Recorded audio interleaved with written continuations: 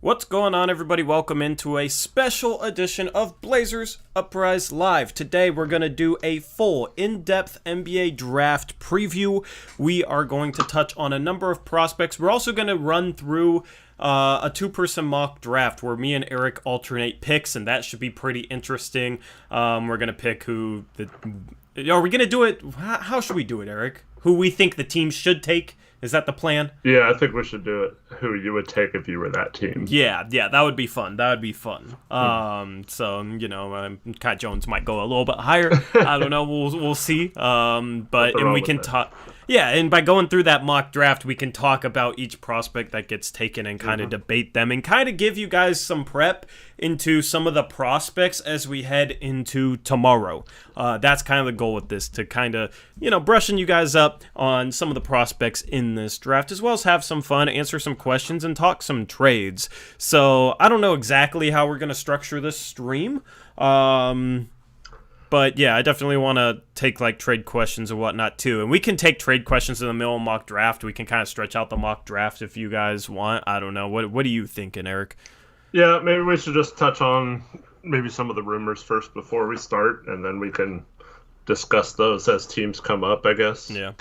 And if it's not evident, I'm going into the stream without much of a structure, and that, honestly, I wing so many streams. Like, a lot of people with their podcast, Eric, it's like they'll have a bunch of notes and a plan and segments and yada yada yada. I just go into things and I just wing it, and I think we do a pretty good job for just kind of going into things and winging it most of the time. So that's what we're doing tonight. And for anyone that doesn't know, we don't plan what to say. We don't try to be hot take people or whatever. We just say how we feel about things. That's the only way it's possible for us to wing it, is we just go into things and we speak our mind and we talk about, in general, we'll have a couple ideas in terms of what we want to talk about, but if we're ever at a loss for what to talk about, then we just rely on you guys, chat, and you guys step up and help us out most of the time. So leave a like on this stream. It will help out the channel. We're at 11 likes, so let's see if we can hit 20. I don't ask for likes as much as I should, to be honest, as a YouTuber. So anyway. We don't have the Blazers to worry about. Last year when we did this, you purposely took players so I would not get them because I was the even number ones, and I had the Blazers, and you didn't want me to get Smith or Bay, so I was kind of screwed by you last year. So we don't have to worry about that. Oh, yeah, and then didn't you take Teo Maladone? Yeah, at 16? And everyone was like, well, not everyone, but a lot of people were like, what do you do? You don't have that pressure this year. Yeah. So you said you had evens last year, and I had odds. Mm-hmm. Should we just flip it? Sure. And you have odds, and you can be Detroit, and you can take... Well, that means Evan Mobley's going number one. No, not necessarily. We should just flip a coin or do an RNG for evens odds, I think. Okay, yeah, I don't care. I think that's probably the best way. That's what we'll do. But let's talk trade rumors. It sounds like Philadelphia wants an entire franchise for Ben Simmons, a guy who can't hit a shot outside of 3 feet. How much of that do you think is posturing by Daryl Morey to try and raise Ben Simmons' trade value and get the most he can in the trade? And how much do you think that is legitimately what Philadelphia wants, or they're not going to trade him? Do they need CJ McCollum and 5 future firsts in order to even trade Ben Simmons, or do you think it's more posturing? I think it's more posturing. I mean, there's no possible way his value is that much. I guess the only way is if a couple teams get into a bidding war and Philly just goes back and forth. Well, Cleveland's offering number 3 and 3 future firsts or something, and then Toronto has to add a 4th future first to number 4 or something. Maybe if that happens, I guess, but there's no way those teams would give up that much for Ben Simmons the way he performed in the playoffs, and Philly knows that. They know they've gotten nothing but crap offers. So to come out today and have that be the narrative, maybe if this was right at the beginning of the offseason and they came out and said, look, we know Ben Simmons had a rough playoff stretch, but we stick behind him and we're not trading him unless we get offered a no-brainer package. Yeah. But that's not what has happened. I mean, I know they've wanted a lot for him, but there's no way teams are calling them and offering that much. And in fact, that we've heard that they haven't even gotten all-star level players in return. It's more role players being offered for him as of right now. So yeah, they're not going to get good young players and like 4 future firsts and 3 pick swaps and stuff. That's just crazy talk. Yeah. So it's likely a situation, like, you guys know my dream 3-team trade. I've talked about it at length. Mm-hmm. CJ to Philly, Simmons to Toronto, and Siakam to Portland. It's such a perfect 3-team trade. Obviously, there has to be picks and whatnot involved, but CJ is exactly the type of player Philadelphia needs. Toronto really wants Ben Simmons, and Siakam, I think, is perfect for Portland. I think it's a great 3-team trade. Now, here's the deal. If Philadelphia is like, yeah, we're willing to do this deal if we get CJ McCollum and like multiple picks, then it would likely be up for Portland and Toronto to sort it out together as like, okay, they said they want 3 first-round picks, or they said they want 4. So how many picks are you willing to give up? We'll get, if you're Toronto, maybe say, we'll give up 1. If you're willing to give up 2, we can make this deal work. It would likely take Toronto and Portland working together to kind of fit Philadelphia's needs, since Philadelphia, I think, is the one playing hardball here, if you're going to believe Daryl Morey. So, I don't know. Like, I don't know. I don't know what the situation is there. But, I mean, if you could get CJ in 2 firsts, I think that's probably a better package than they've been offered so far.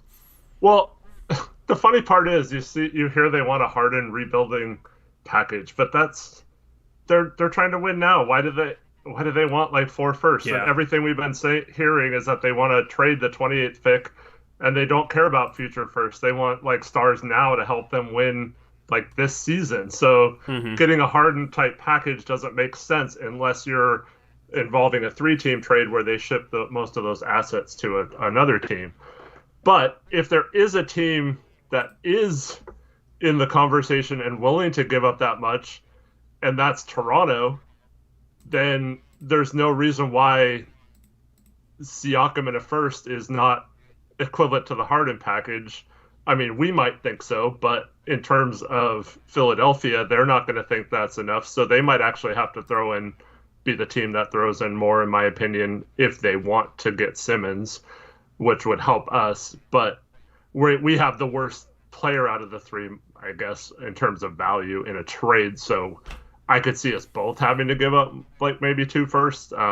But yeah, that's just way too much for Simmons, in my opinion. I mean, I feel like Philadelphia should come down to CJ and 2 firsts. You get your couple of first-round picks, and CJ's a great fit there and kind of the exact player we need. Now, maybe, Fred VanVleet's involved as well, especially if Toronto stays at 4 and takes Jalen Suggs to be their point guard of the future, and you got Gary Trent Jr. there as a 2-guard. Like, I think Chris Boucher and Fred VanVleet are assets that, if Toronto really wants Ben Simmons, that maybe they would throw them in. But it's like, I don't know. It's like every time I toss out that trade, you'll have Toronto fans saying, we need Simmons and a first-round pick for Pascal Siakam. And it's just like, you're not getting Simmons into first for Pascal Siakam. So, but if Morey is honest with himself, he probably can't get too much for Simmons right now.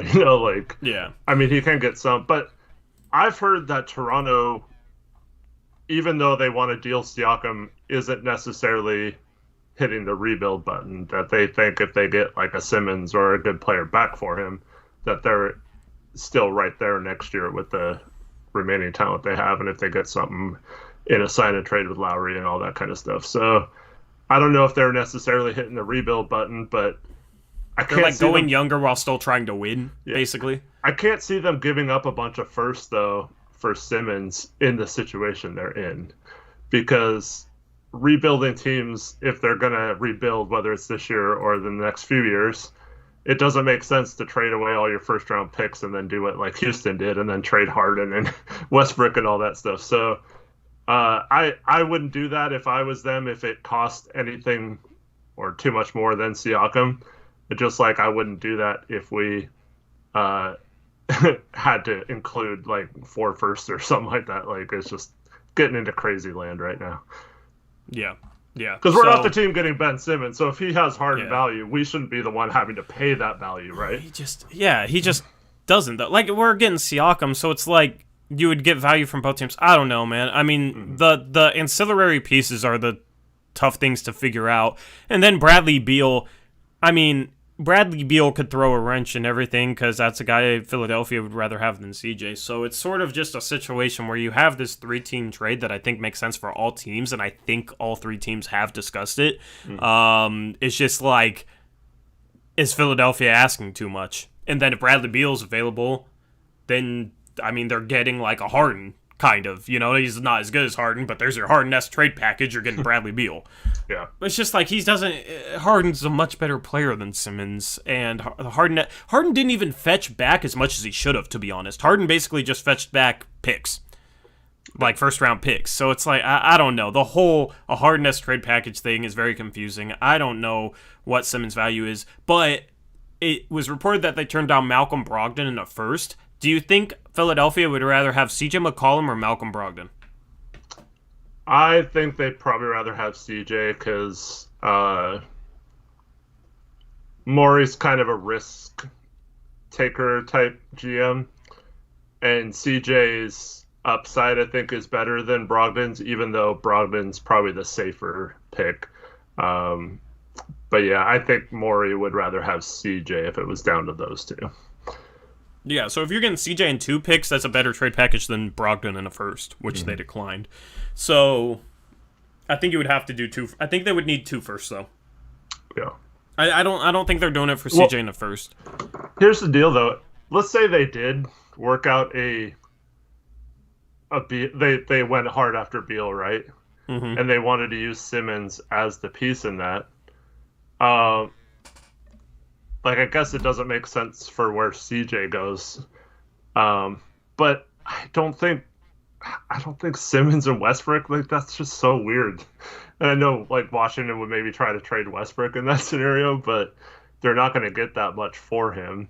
So I don't know what Washington would do with Simmons. So maybe, like, Simmons still goes to Toronto, and that's why they're trying to get picks and stuff, because they just want to give Washington their rebuild package of a bunch of future firsts and stuff like that.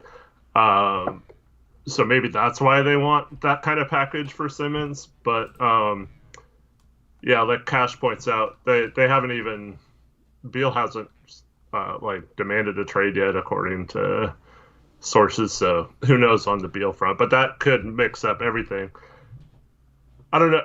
I guess, like, if they had to take a bad contract and it was Tobias Harris going to Washington along with like 6 or 7 firsts, and Simmons goes to Toronto for like half of those firsts or something, and then Siakam goes to us, and then you could probably find a way to get CJ and Beal to Philadelphia, if that makes sense.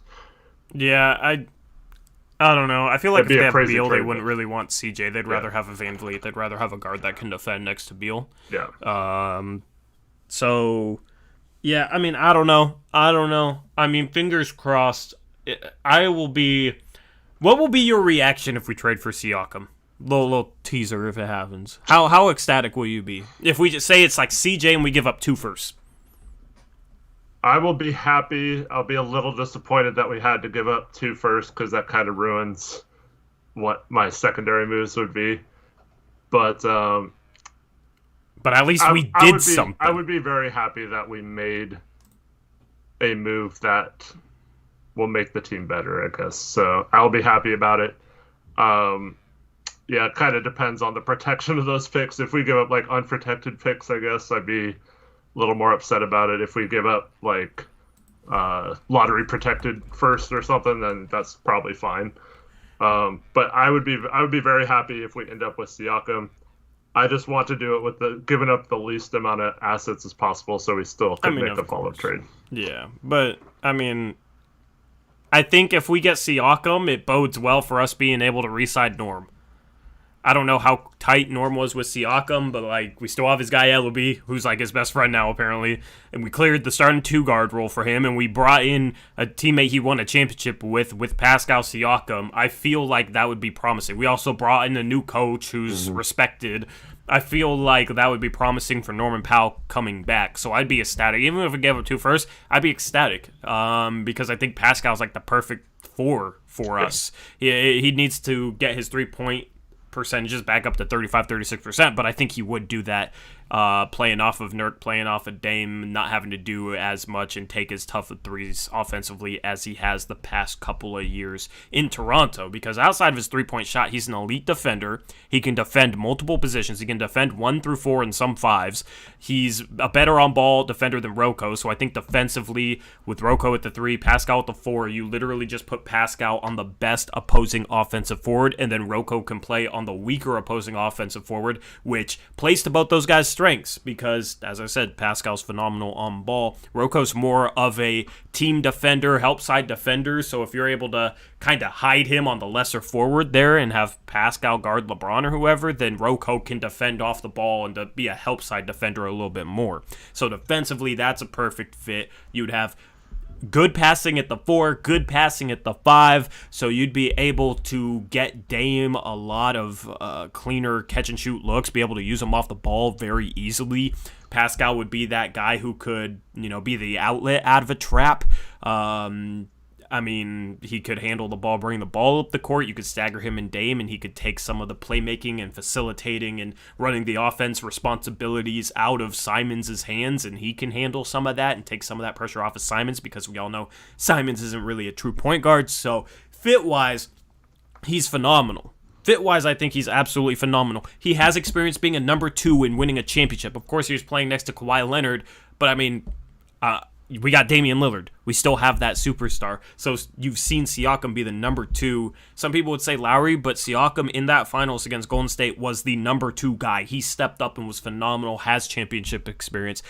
He's just the perfect guy to go out and get, right? People will say Ben Simmons, but I want a guy who can play off of Dame, and I think Siakam will be able to because he's not scared to shoot the 3. He's shown that he's able to have seasons where he shoots the 3 ball at a decent clip if he's the number 2 guy. So that's why I really want Pascal Siakam. Chiefin, stop being annoying, man. Yeah, I've been ignoring that, but so we've liked CJ, we've liked him all along. If you can upgrade at a different position, I think you have to show Dame that you're serious about winning.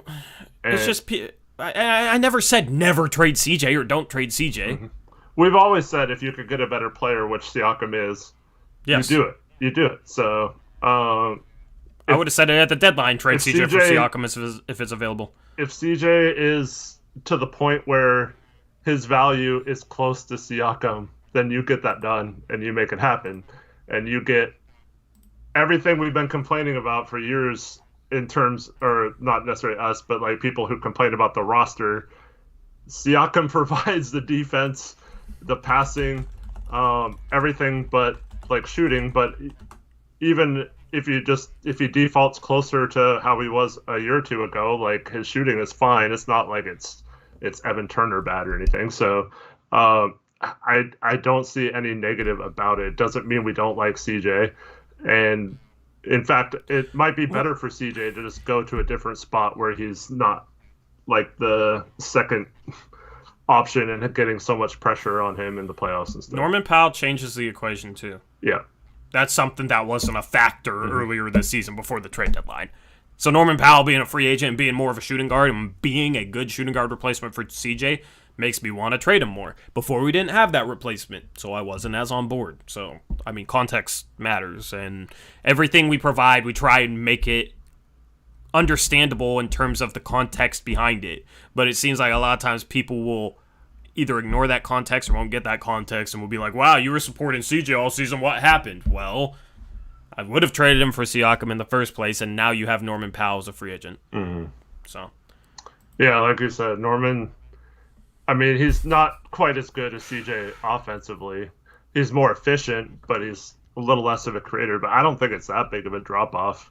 So maybe like playmaking backup point guard wise, but yeah, so we lose that in the CJ trade. But maybe in this trade, like if we do have to give up 2 first, we get George Hill out of it or something. So we have that backup point guard that can play 12, 15 minutes a game. Yeah, there really wasn't any There wasn't many rumors today I'm outside really of Ben Simmons. disappointed on rumors. Where's the action, bro? There's some rumors that OKC is planning on doing something crazy. They want to move up no matter the cost. Yeah, there was That's some interesting. stupid rumor that Cleveland turned down 6 in SGA for number 3, which What? I guarantee did not happen.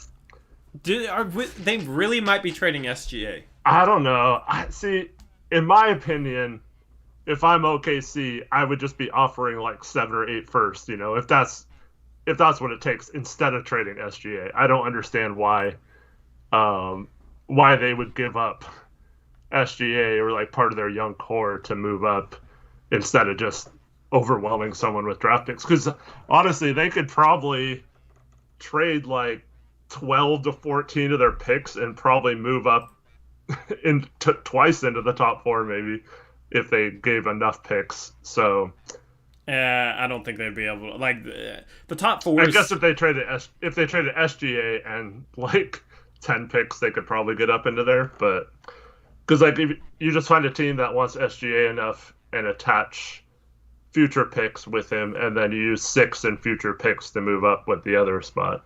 But yeah, I mean, if you take that and run if you're Cleveland, right? Mm-hmm. I mean, I love the top 3 in this draft, though. Then you trade Sexton and yeah. I mean, and then 6 you take. I've soured a bit on Kuminga, so I've said there's like a consensus top 6 in this draft. Now there is a consensus top 5. I think there's you already know who the top 5 is going to be. It's going to be Jalen Green, Evan Mobley, Jalen Suggs, Cade Cunningham, and Scotty Barnes in no particular order, right? Those guys are going 1 through 5, and I think that's pretty clear at this point. So if Cleveland was moving down to 5, I'd say do it, and you take Scotty Barnes and you just run with it. But going down to 6, it's like there's a little bit of a drop off there. So I mean, and I think there's a decent chance whoever's available at 3 would be better long term than SGA. Not better immediately, like whatever was said today. I don't agree with that, but like long term, I feel like there's a decent chance that Jalen Green, Evan Mobley, or Cade Cunningham is better in their prime than SGA is. Yeah, like they have a higher ceiling. Yeah, I agree with that. But I mean, if you're Cleveland and you can get SGA and Kuminga for Mobley or whatever, that's tough. I think you have to do it though if you're Cleveland. Ben says Magic are definitely taking Kuminga. I don't know why they'd take Barnes. That's a horrible, awful fit. They're not looking for fit. They just traded away a bunch of pieces, and I don't see how Barnes is an awful fit there whatsoever. So the rumor is Barnes, if Toronto doesn't trade 4, is going to Toronto at 4, that they like him more than Suggs. Really? Yeah. I mean, so we'll if see. they take Barnes, I feel he's like Pascal Siakam 2.0. Yeah, exactly. But more athletic, you know what I mean? Yeah. But he's not quite as why would they want long term? Why would they want Barnes and Simmons? Who knows? I mean, all these rumors, you know. I don't understand. Yeah, I mean, it's just logically there's a lot of stuff that doesn't add up. There's also a rumor that the Magic at 8 are going to take Zaire Williams at 8. Honestly, I don't think that's terrible. Yeah, I mean, I don't think it's terrible, but if you're there at 8 and you have all these teams that are willing to give up a lot to move up, I think you move down a few spots and you still get him. I don't think you're at risk of losing him if you trade down to like 11 or 12 or something. Yeah. We'll get to the mock draft. We said we're going to talk about rumors first. This is going to be an hour and a half, 2-hour stream. So I've had like CJ the Goat has said, do the mock draft. We'll get there. We will get there. We got to talk trade rumors and all this stuff before we hop into that. I think Kuminga might fall, to be honest with you. Because if OKC stays at 6, it sounds like it's going to be book night. If At 7, it sounds like it's going to be... I don't know. At 7, I think Golden State takes Moody or they take Wagner. ESPN had Wagner going 7 in their mock draft they laid out today. And I feel like Golden State is going to go for a guy who's ready to contribute right away, and that's not really Kuminga. Okay? Orlando at 8 makes sense for Kuminga. If they take Barnes at 5 and Kuminga at 8, that's kind of weird, but Chief, and don't insult me, bro. Just you're going to keep getting 5-minute bans if you're going to I wasn't even the one who put you in time. I don't know why you're saying I'm weird, but anyway. Come on, man, just be cool. Like, yeah, it's just unnecessary. But I mean, Kuminga might fall though, because you got a lot of guys, really good players in this draft, and Kuminga did not look good in the G League last year. He had terrible percentages, and he's kind of a boomer bust guy, more of a project, and you have enough talent that I could see teams like selecting a Zaire Williams over him or something crazy like that. Going into draft night, there's always like a couple narratives that are like, oh, if that happened, it'd be crazy. And then it happened. Mm-hmm. And then it happens. And I feel like that might end up being one of them where like Jonathan Kuminga falls maybe 8, 9, 10, 11. See,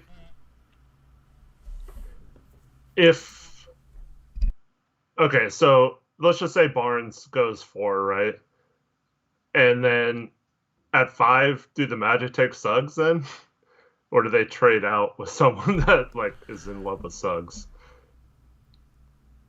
I mean, it depends on how much they trust Markelle Fultz to come back from that injury. They drafted Cole Anthony last year. Yeah, but Fultz had that injury, so maybe they move off Fultz, but it's possible. I mean, they already have the 8th pick. If they only had the 5th pick, then I would say, okay, yeah, I could see them maybe moving back to 8, but they already have 5 and 8. Mm-hmm. So do they... So if they take Suggs, though, at 5, and then Kuminga's still on the board at 8, even though they're rumored to really like Zaire Williams, maybe it's a situation where they didn't think Kuminga would still be on the board at 8. So it could be that because Kuminga makes a lot of sense for teams like OKC and Orlando. Yeah.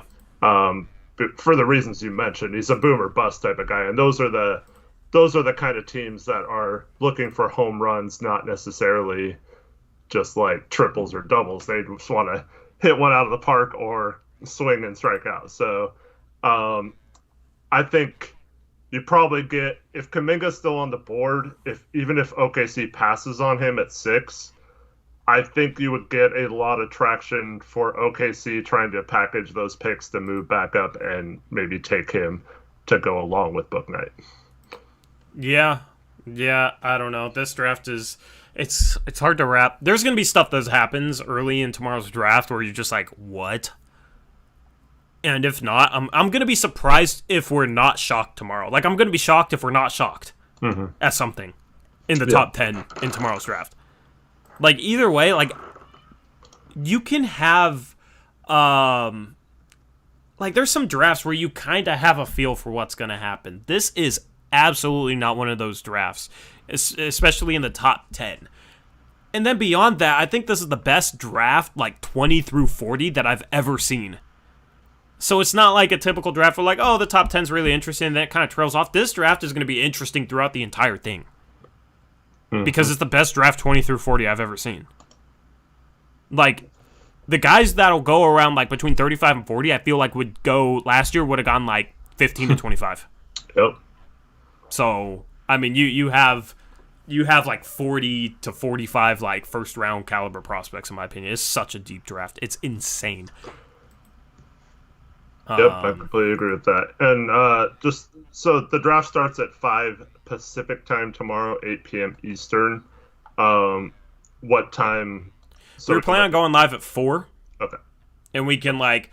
But, I mean, if the Blazers make a big trade before that, we'll go live before that. If the Blazers, like, trade for Pascal Siakam at, like, 2:30, we'll have a Siakam stream, and then we will end that stream, and then we'll immediately start the draft stream. Yep. You know what I mean? Like, so that's the situation. If it gets traded during the draft, then the draft stream / Siakam stream will be the same stream. I hope it doesn't happen in the middle of the draft. I hope it either happens, like, 2 p.m., 1 p.m., tomorrow or like it happens Friday. So. Are y'all going to do the thing we did last year? With what? Who's? Reese is asking that. I don't know what he's referring to. I don't. Where he sends us all the trades that happen. Oh yeah, Reese. Yeah. Do you want to be our? Yeah, if you don't mind, just let us know. Yeah. I was gonna because we're not gonna have this stream up on there because most spoils picks. Yeah. So, but yeah, I have like 4-5 more hours of work to do on the graphics for tomorrow's stream that I'm gonna get plugging away, and I gotta drop the mailbag tomorrow morning. I'll probably drop that 9 a.m. And then I was gonna do one more mock draft, but it doesn't seem like there's a ton of interest in that, so maybe I'll just tweet it out instead of doing a video on that because those videos haven't really been watched too much. So I don't know. We'll figure things out. So Trevin asks one last question before we get into the mock. Would you trade Nas for a late first in this draft? No. Yeah, I wouldn't either. I mean, it's not a positive enough move to take a guy who probably isn't as ready as Nas will be next year when we're trying to win. Yeah, I feel like third year breakout. I feel like it's too. I mean, if we got into the mid part of the first and there's still one of these players that could help us right away, maybe. But I don't know. It would take the right situation where we get offered a high enough pick and there's someone on the board that could help us more than him next year, and I just don't see that scenario playing out. Yep. All right, you want to hop into this mock draft? Yes, let's do it. All right, let's do it.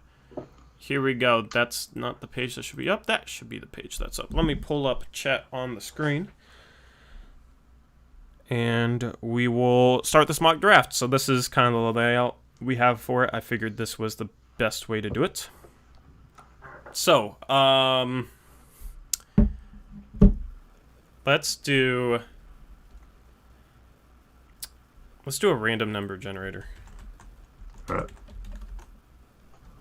right. Let's do 1 to 2.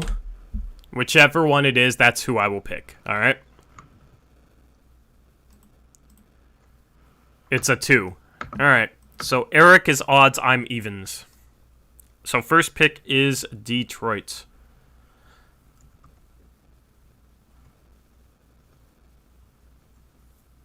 And it's you, Eric.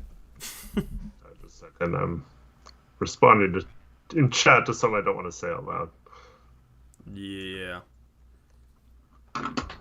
All right. So if I'm the Pistons, despite what I would do when I was the Pistons, because you already know that, but I would take Cade. You would take Cade? Yeah. There's too much pressure on them to take Cade from their fan base, man. I think they have to, yeah. Mm-hmm. Yeah, so Cade number 1. I'm going to take Green number 2. I like Jalen Green. He's my second player on my big board, with Cade being number 1. Number 3, Cleveland.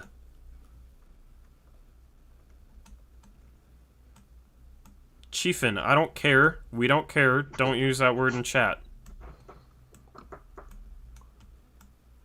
Like, no, that's not cool, man. Why are you, like, trying to push things right now? Eric, third pick. Third pick is, for sure, Evan Mobley at this point. Yep. Fourth pick, Toronto. You gotta go Jalen Suggs. Rumor that they want Scotty Barnes, but gotta go with my guy Jalen Suggs. Like, this is basically, like, the default way that the draft would play out so far, but Jalen Suggs 4 for sure. Mm-hmm. Who you got 5? At 5, I'd take Barnes if I was Orlando. All right. 6th. 6th for OKC. I would take Moses Moody. Measured great at the combine. Has an 8'9" standing reach, Eric. That's above average for a small forward. Phenomenal shooter, defensive player. I think he has a little bit more upside, and those measurements are crazy. And I think he's a really good fit next to SGA if they keep SGA. That would be a pretty big backcourt there in OKC. So I'm going Moses Moody. Interesting. 7, Golden State. Golden Want a State. win now player. Yes. Supposedly. If I'm Golden State here, I am taking Davion Mitchell. I think he's, even though they don't necessarily need a guard, I think he's out of the prospects that are left the most NBA ready and can be, from day one, help them win games, especially defensively. What's funny is I was high on him like a while ago, like before I don't know. I think you were pretty low on him, and then it seems like we've kind of flipped because lately I don't know, man. He measured at 6 feet. He's I don't know, like he'll be good. I just don't know what his ceiling is. Here's the thing: if I'm any other team in the top 10 other than the Warriors, I'm not taking him. But I just feel like he can help them for what they're trying to do the most out of like prospects and stuff like that if they keep this pick. If it's traded to somewhere else and this is like Washington or Toronto or someone making this pick or Philadelphia or someone like that, then I'm probably taking someone different. But I just think for what they need, like Eric Olson says, I just feel like when you watch him play, he doesn't feel like a 6-foot player. He feels like he's 6'5", and you can throw out all the stats you want, but like that guy just gets it done on the court, and he is a basketball player who has skills to play in the NBA, and the eye test for me is just off the charts with that guy. Yeah. Number 8, I'm going to take Kuminga at this point. So Barnes and Kuminga, 5th and 8th for Orlando. Now here's where things get interesting at number 9 for Sacramento. Yeah, so Sacramento, they obviously have a lot of guards as of right now. I mean, that could change. If I'm them, am taking a risk and taking Sengun. Sengun 9? Yep. Don't like it. I knew you weren't going to like it, but... Yeah. I'm a lot lower on Sengun than Eric is. I have more, and we had this debate on the last stream. We don't really need to have it again, but I don't know. He's a 6'9" center whose skill set is only like truly unique at the center position. It's still unique at the 4, but it really only separates itself enough, in my opinion, if he's playing center. And he's 6'9", 6'10" with like a 6'11" wingspan. He doesn't have good size for the center position, and I think he's a terrible defender. So can you win with a terrible defender? He would have to be like Jokic good offensively, in my opinion. So that's why I'm lower on him. Yep. I just think... I don't think he's as bad as you think he is, obviously. So I think he's still young enough to where he can figure things out. I do like some of his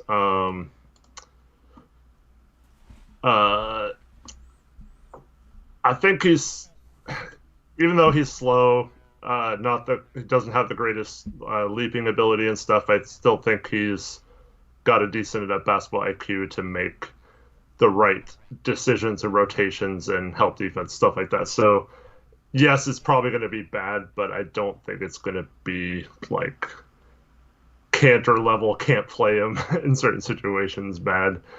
Plus the offensive upside, I just really like it a lot. Yep, 10th overall, Memphis. It's rumored that they want Josh Giddey, which is weird because I don't think he's a good fit next to Ja whatsoever. If James Bouknight is on the board, I think they have to go James Bouknight. They need a long-term too, and I think James Bouknight, he shot 29% in college, but took a lot of tough shots, and in the draft combine, a lot of his workouts, he was knocking down everything. Has some defensive potential, solid size at the 2-guard position. Not above average, not below average, just solid size at the 2-guard position. So I feel like as a long-term starting 2 next to James Bouknight would be the right choice for Memphis at 10. Yep, solid pick at 10. 11, Charlotte. So,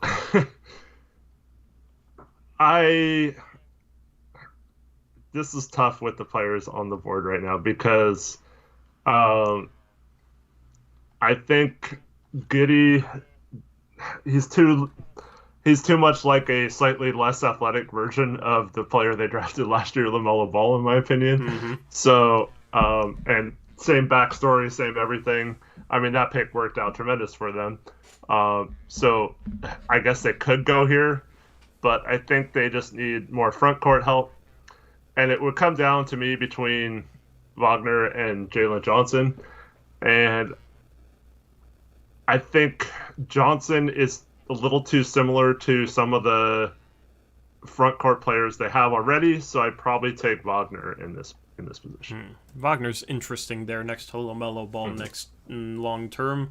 There's really not a ton of bigs in this draft. Yeah. And that's kind of the one thing Charlotte needs, but they don't really have a big on the board. Other than the guy I'm going to take, number 12 for San Antonio, I'm going to keep Kai Jones in Texas. I think he's extremely underrated in terms of his upside going into this draft. He's a boomer bust prospect, and there's a chance he ends up being a bust.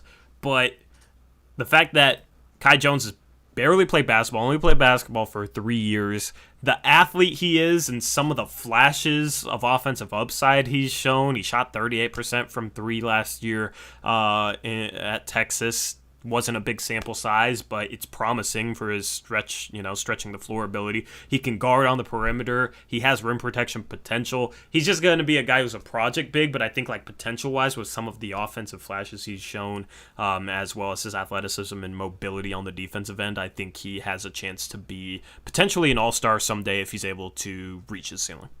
Yep. And San Antonio also kind of needs a long-term center there. They have Pirtle, but I don't think they'll hang on to him more. Pirtle's kind of getting into his prime, and I think San Antonio will probably look to go younger. So Kai Jones would be a good guy to kind of bring along slowly behind Pirtle, and then hopefully he could take over that spot. Yep. So I like Moody more than Davion Mitchell. That's why I took him 6. Chief. Go ahead. So at 13, I'm probably taking Giddey if the Pacers. Just feel like Giddey's a guy I need to watch before tomorrow. I need to do more research on him because I don't know how I feel. Like you kind of compared him to LaMelo Ball, but he seems like he is a worse shooter and a worse ball handler and not as quick. Well, I mean, athletically, he's not where Ball is, but in terms of like his passing instincts and feel for the game and stuff like that, I feel like it's right there. He averaged similar like assist and rebounding numbers to Ball in the NBL. And then also they're both shot poorly, even though and that gives me hope for Giddey that his shot will translate a little more than it seems this year. Because we both thought Balls wouldn't, and he shot great this year. So I think he's better than, and I think he still has a lot of room because he's only been like on the radar for like a year and stuff, like as a good player. So like I think he's going to still have a lot of potential, even though he's kind of limited athletically. I think he's just basketball like IQ wise is just too much to pass up, and I think he meshes well with a high IQ team with guys like Malcolm Brogdon and Sabonis and stuff like that. So I think it's a good situation for him. Here's my main question for him, or here's kind of my main thing with him. It's most likely that in order to be truly effective, he's going to need to be like the lead ball handler, facilitator, playmaker, right? Like have the ball in his hands. But is he going to be good enough to justify having that role? You know what I mean? That's kind of where I stand on him. Yeah, because, I mean, he's got the size, and that's another reason why I compare him to Ball is because they're both 6'8", but,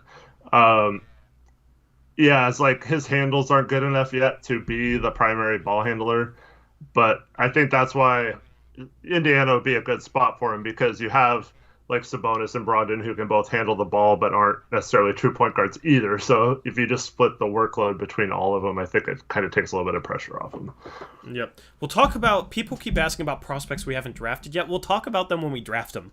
I don't want to start talking about Jalen Johnson or something, and then we draft Jalen Johnson, and then what, we say, you know what I mean? Like, let's just wait until we draft them. Yeah. 14th overall, Golden State Warriors. Do you know who I'm going to select? I want to see if you can guess. Trey Murphy. Yes, Trey Murphy the third. Super underrated going into this draft. It seems like his stock has risen. He's a guy that I've heard some whispers of potentially being a lottery pick. If you're going for guys that are ready to play after taking Davion Mitchell, a guard at 7, I think they've promised Chris Duarte, but I'd rather have Trey Murphy. I think Trey Murphy has more upside. He's a lot younger, and he's a guy that can step in and be a good defensive player. He's a good athlete, so in a fast tempo offense, which I think Golden State will truly get back to with Clay back, with Steph, with Draymond. He's a phenomenal cutter, so fits perfectly in that offense, and he shot 43% from 3 last season. He shot over 50% from the field. He shot 92% from the free throw line. So in college, he was a 50-40-90 guy. I think Trey Murphy would be a perfect fit at 14 for Golden State. Yeah, and you combine him with Mitchell, who they took earlier. I think that's some firepower that can help them right away, too. And both of those guys, even though a lot of people would be disappointed that they didn't package those to get another player there or like a more established player, I think those guys would help their bench immensely next year. Yep. Who do you have at 15 for Washington? Washington is going to go a little bit. I mean, this won't surprise you, but I'm going to have them take Usman Garuba. Yep, I was already on the draft. Take a little, go for upside. Great defensive player. A defensive player that will fit in that lineup, I believe. You had Gafford come on after the trade to them last year. So you combine those two in the front court. You have your back court right now. So I think Garuba has the chance to really outperform his draft position if he's picked in this mid first round. Yeah. I mean, it's kind of hard to tell what he's going to be offensively, and that's basically just the swing factor for him. You know he's going to be a good defender. That's no question. Offensive end is a big question mark, for better or worse. 16th overall, OKC. I'm going Zaire Williams, best player left on the board in my opinion. I'm very high on Zaire Williams. I think he should probably be a lottery pick. Just didn't make sense to Golden State at 14 for me and San Antonio at 12. I like Kai Jones a little bit more. So there we go with Zaire Williams. They should go forward. They took Moody at 6. I had him take Moody at 6. I have all 3 of OKC's first round picks because they're all even. But after taking Moody at 6, it makes sense to go for a forward with a lot of upside. And Zaire Williams is going to be a little bit of a project, but long term has a lot of upside. So OKC's in a position where they can, take a little bit of a gamble. Yeah, I like that pick. They have 6, Trevin. OKC has 6. I don't know what you're talking about. Anyway, 17 is New Orleans. Who did they take at 6? I had him taking Moody. Yes. Moody, yeah. They So Moody at 6 and Zaire Williams. Zaire Williams at 16. Yeah. So I probably wouldn't make this pick if I was in charge. Well, make the pick as if you're in charge. Well, it doesn't make sense. So if I take over right now and New Orleans is trying to get better and obviously win now, so I'm probably going to take Duarte in this position. At 17? Okay. Yeah, I would say take whoever you take along with, the vision that, it was, I don't know, I guess. They need shooting. They need to space the floor. And so it came down probably between Duarte and Kispert, and I just think Duarte is a little better overall player. I don't have Chris Duarte. Honestly, I don't have Chris Duarte in the top 25 on my big board. Mm-hmm. I don't think he's good enough to justify drafting him in the top 20 with his age. And like you said, that's not the guy you'd take. So New Orleans, they're trying to get guys that can contribute right away. It makes sense. But I think his immediate impact is slightly overrated. He's going to be a shooter. I just don't think that he's going to be a plus defender right away. He might be solid, but I don't think he's going to be a positive on that end. And then ball handling wise, he doesn't have a great first step. I don't think he's going to be like a guy creating enough shots off the dribble or creating enough for his teammates to justify taking him top 20 given his age of 24 years old. He's going to be a shooter and, hopefully he can grow into doing other things, but it's he's already 24 years old. So and it's as much as how much I love the talent in this first round as it is about like me not being high on Duarte. There's a lot of really good players that have a lot more long-term upside that I think will be similar players right away. So I'd rather take the guy who's going to be a similar player with more long-term upside, with more room to reach that upside than a Chris Duarte. So I wouldn't take him with the top 25 pick, to be honest. Yeah, I'm kind of there with you. I just feel like if you're a team that is looking for help right now, I feel like he's mature enough and good enough to. I mean, he's a great shooter. He can score off the dribble. Like, he has a lot of talent, and the age thing is the only thing holding him back in my mind. So I think if he was like 21, he'd be like considered a top 10 pick. So I probably. Yeah, I can't say quite I wouldn't take him in top 25, but I feel like what you're saying. Yeah. I mean, part of that is like Houston's at 23 and 24. I wouldn't take him for them. The Lakers at 22, maybe that makes sense, but yeah, I don't know. It's going to be a team that's trying to win that will take him. I don't think a team like a Houston would touch him at 23 or 24. Yeah. Anyway, 18, OKC. I'm going to take... I mean, they took a shooting guard / small forward. They took a small forward / a power forward. I am going to take a point guard with Trey Mann. He's my highest player left on the board. The dude can score the ball. Extremely shifty. He's not necessarily the best facilitating point guard yet, but I mean, he is 6'3", 6'4", so maybe you could play some too. But overall, just his shiftiness, his ability with the ball, some of the ways he's able to score. He kind of reminds me a little bit of CJ in the way he kind of moves with the ball. I think he's going to be a great scorer, maybe a really good sixth man. He has a good floater game, which is something I like in prospects. You look at how Trae Young made a living off that in the playoffs this past year. So I like Trey Mann, 18 to OKC. Yeah, solid pick at 18. And I think, like you said, they're just going for as much skill as possible and trying to hit home runs. So completely agree with that. Yep. You got 2 New York picks, 19 here and then 21.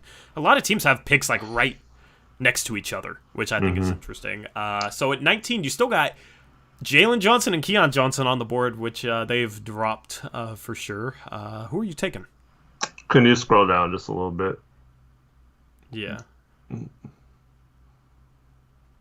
I think I know who I'm taking, but so all right, you can go back up. Yeah.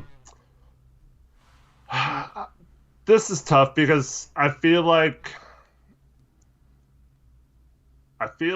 they don't need just like athleticism or stuff like that. So I'd probably rule out Keon Johnson. I feel like they need shooting, so I consider Kispert, but I think I'd go with Jalen Johnson here if I'm them and just take who I think has the biggest upside and hope that Tibbs can kind of coach him into that instead of... But the worry would be that he kind of doesn't like a stricter coach, and so it is risky, but I think you just take the best player on the board. He's another guy that could really fall. Because, I don't know, like, a lot of guys that fall, it's like there's not really, like, great situations for them. Like, certain players belong in certain situations, if that makes sense. But solid pick, just in terms of talent, for sure.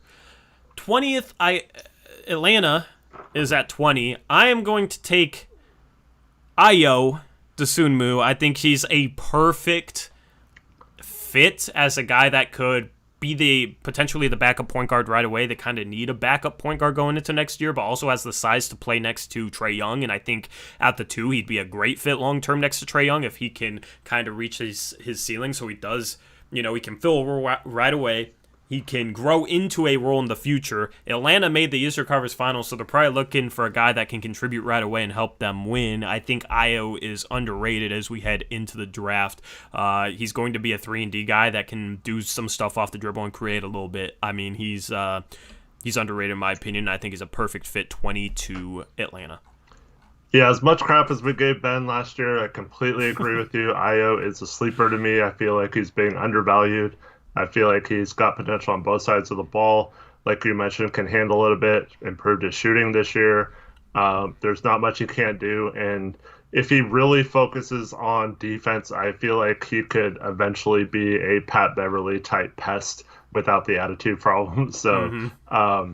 on that end, so if you get that out of him, plus he has any kind of playmaking or shooting ability on the other end, I feel like that he could be a really solid pick, and whoever takes him in the late first will be very happy with this. Yep. 21, New York, Eric.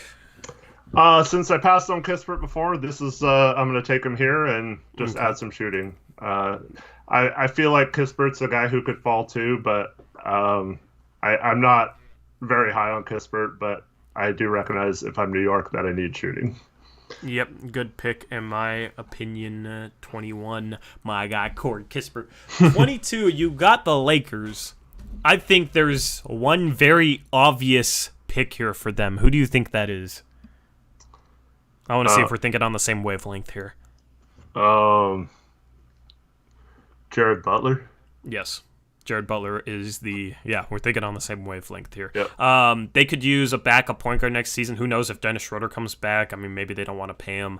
It doesn't seem like Dennis Schroeder really wants to be there, but he's going to be chasing a bag this offseason. Other than that, Alex Caruso is a free agent, and he's kind of a combo guard. They don't really have another point guard on their roster, so they could go for a point guard that can play right away. And Jared Butler is a guy who I think will be ready to play right away and in a bench role. He's a guy that can play defense, shoot the ball, and do some stuff off the dribble. As I said, this is the best draft 20 through 40. Getting a guy like a Jared Butler at 22, normally you would think like, okay, it's going to be hard to get a guy who's ready to play for a contending team right away at 22, but there's like, I don't know, like Jared Butler is like ready to play right away for any team in my opinion. So 22 Jared Butler to LA.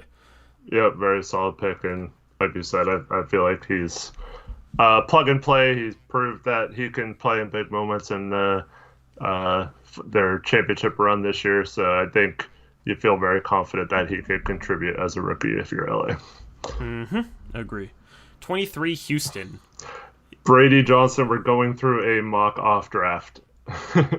A mock draft. And me and Eric are alternating picks. Yeah. So that's what we're doing right now. So if I'm sitting here at 23, I'm Houston. I am thrilled that this guy is still on the board. I just take the most athleticism possible and just draft Keon Johnson and hope he develops into a player that you can play alongside Kevin Porter and Kenyon Martin Jr., KJ Martin, and yeah, I feel like that's like athleticism for days and just keep building on that. So yeah, I think at 23 you have to pick him there. Yeah, phenomenal upside for the 23rd overall pick. His value is higher than that. Just didn't make sense in some of my previous picks. So. Well, he fell in our mock-off season too. So yeah, he fell to 21 and we were shocked. But it's like 22 LA, like they're going to go for a guy that's ready to help them now, and that is Jared Butler. I think I have Keon Johnson a little higher on my big board, but it all depends on what teams need and what teams are looking for. So I think, given that LA is going to be looking to win, I think Jared Butler is the right pick for them. So 24, Houston's back-to-back. Eric picks Keon Johnson at 23. At 24, I'm going to go for the big man with the most upside. And I think that debate is between JT Thor and Isaiah Todd. And I'm going to go with JT Thor. 9 foot, I think it's a 9'2.5" standing reach. He has the size to play center. It's kind of just scratching the surface as a long-term project, but he's fluid with the ball, good athlete. Should end up being a good defender. If he can hit the three ball and do a little bit off the dribble, he's going to be a good player. So I think he's the big with the most upside left on the board. Yeah, I think he's going to sneak into the first round, so not surprising here. It probably surprises some. But,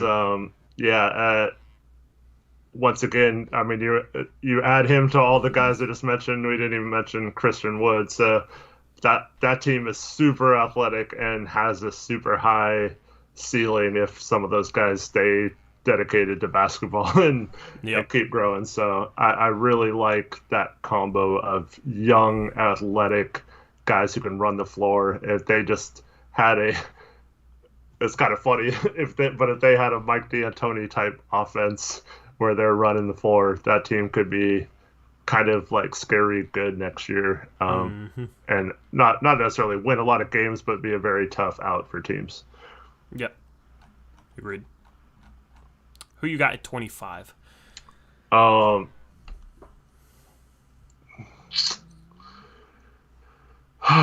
man, the Clippers. What are the Clippers gonna do? So I think, man, this is tough for me. I think they probably want a super athletic big man. So I could see them taking a risk on a Day'Ron Sharpe and hoping that he is the next DeAndre Jordan type player. All right, that's who you're taking? Yep. Solid pick. Didn't hit a 3 last year, but during some pre-draft workouts has looked to have a 3-point shot. Like he seems fluid, seems comfortable with it. Has also lost some weight, so he was 265 pounds. He looks and I think he's ripped lost some weight. Yeah, so definitely a guy that is not like a flashy pick by any means, but might low-key be a guy with higher upside than people think. So I like that.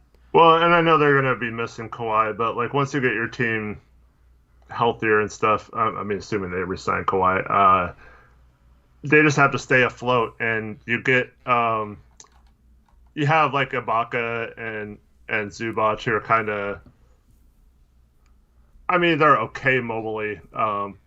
Ibaka was great mobily earlier in his career. He's getting a little slower now, but like, if I just think you need some sort of guy who just has to do the dirty work, and I feel like that's a perfect spot for him to where he doesn't have to like take on a huge offensive load. He can just worry about crashing the boards and playing defense and stuff like that.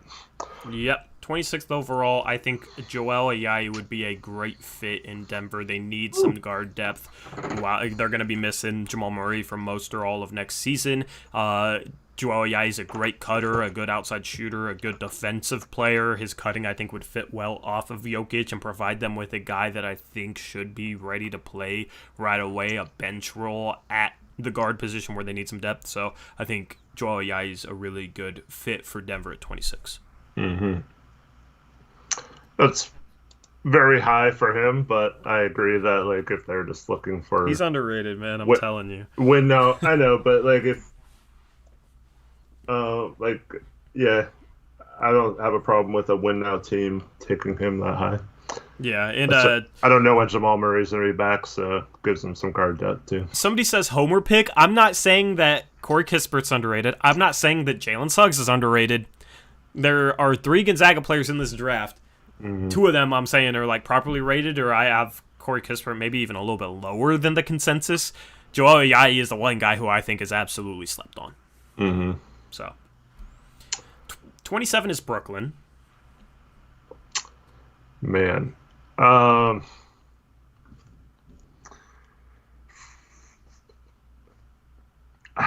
They're another team that needs a win now type guy. I don't think they can really take a prospect. I feel like they either need some guard help behind, because they're probably going to lose Dinwiddie. Not that he played last year, but I don't really like their picks right here. I'm going to go...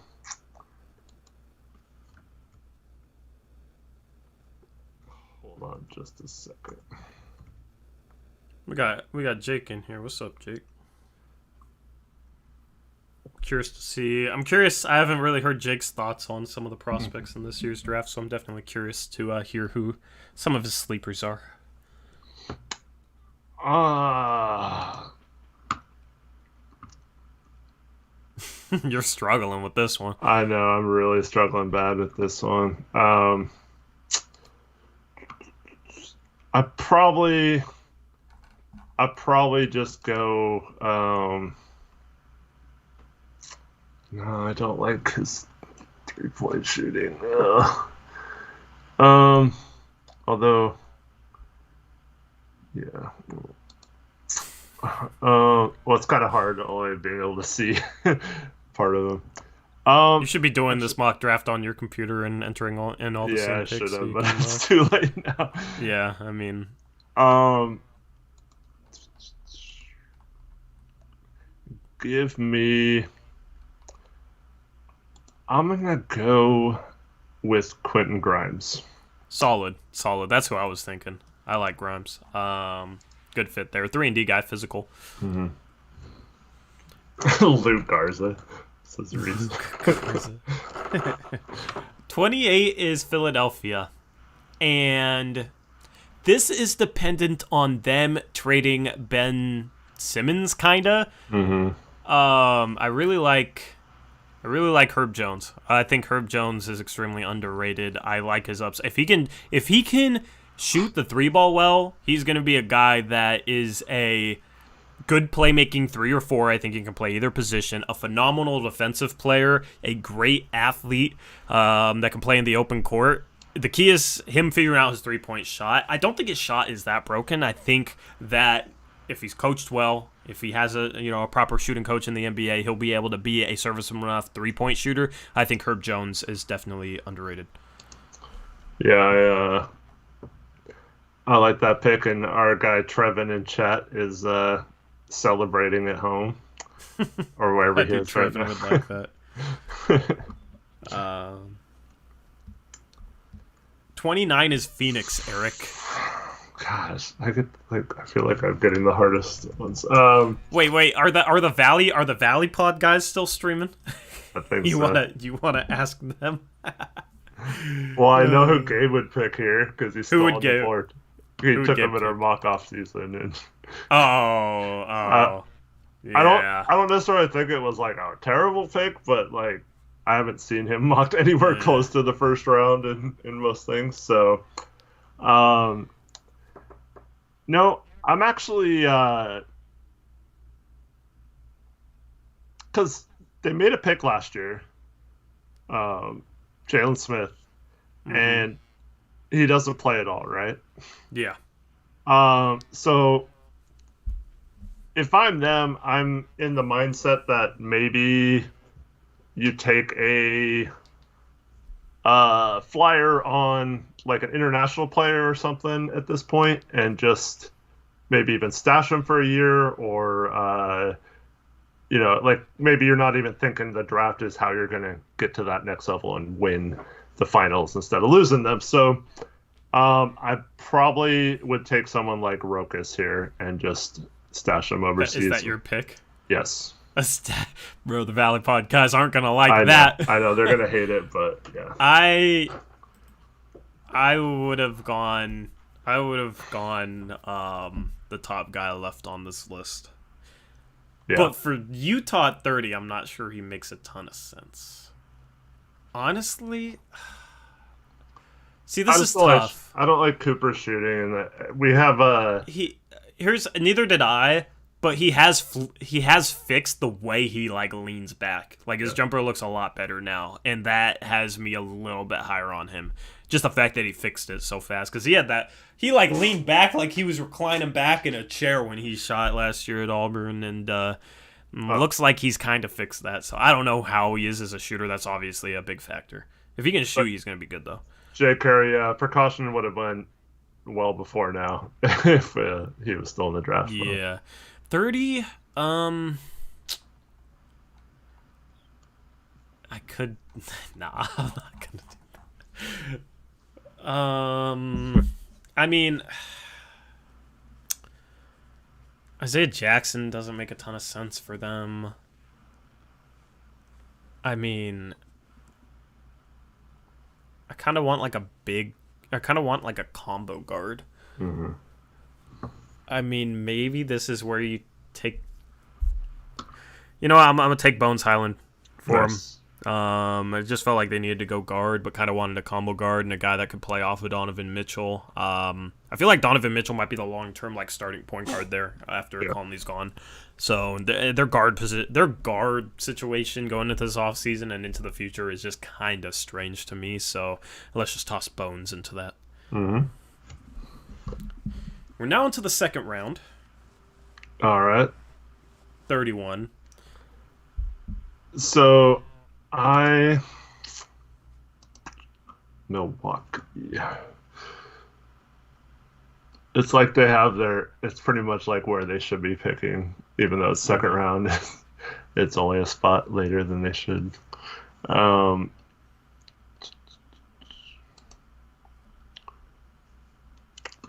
I am going to take Miles McBride. Miles McBride. Alrighty. I still need to do a little more research on him. I don't get good vibes from him. I don't even know why. I just don't get good vibes. All right. That's my in-depth analysis. Is the vibe is not there. Okay. I mean, he shot 41% from three. Solid rebounder for a point guard. 5 assists in college is good numbers there. 2 steals a game. You like his ability to defend, and then got a good wingspan. I think it's like 6'8", 6'9" ish. I think it's 6'9". He's 6'2" with 6'9" wingspan. I think I wouldn't be surprised for him to be in the early 20s. Free throws 81%. So yes, I don't know.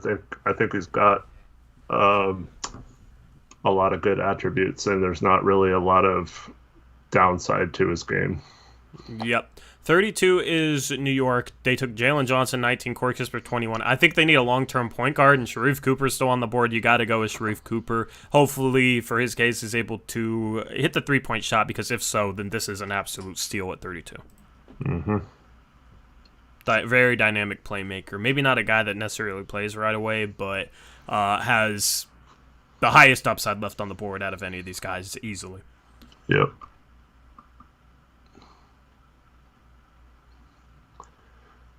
So 33 is Orlando. They took Barnes, number 5, Kuminga, number 8. Yeah. I think for them, they are going, once again, just upside. So I think the pick here is Isaiah Todd. Isaiah Todd, solid. I was just thinking him. Got to watch more tape on him, but some of the stuff he's able to do off the dribble, some of his fluidity is impressive to me. So I like that pick at 33. 34 is OKC. I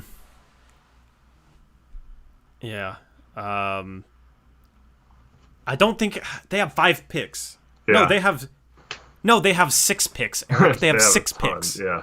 They have 6 picks. So it's like, I mean, I don't want to give them like 4 or 5 rookies for next year, but I kind of have to. So maybe I just go. Maybe I could just go Isaiah Jackson still on the board. Pretty good value there. They took Moody at 6, Zaire Williams at 16, and Trey Mann at 18. I guess I'll just go Isaiah Jackson. Long term could be a good fit next to Poku. Because Isaiah Jackson he's a 4, athletic 4, good defensive player, but not really much of a shooter. Might not be a guy who knocks down threes.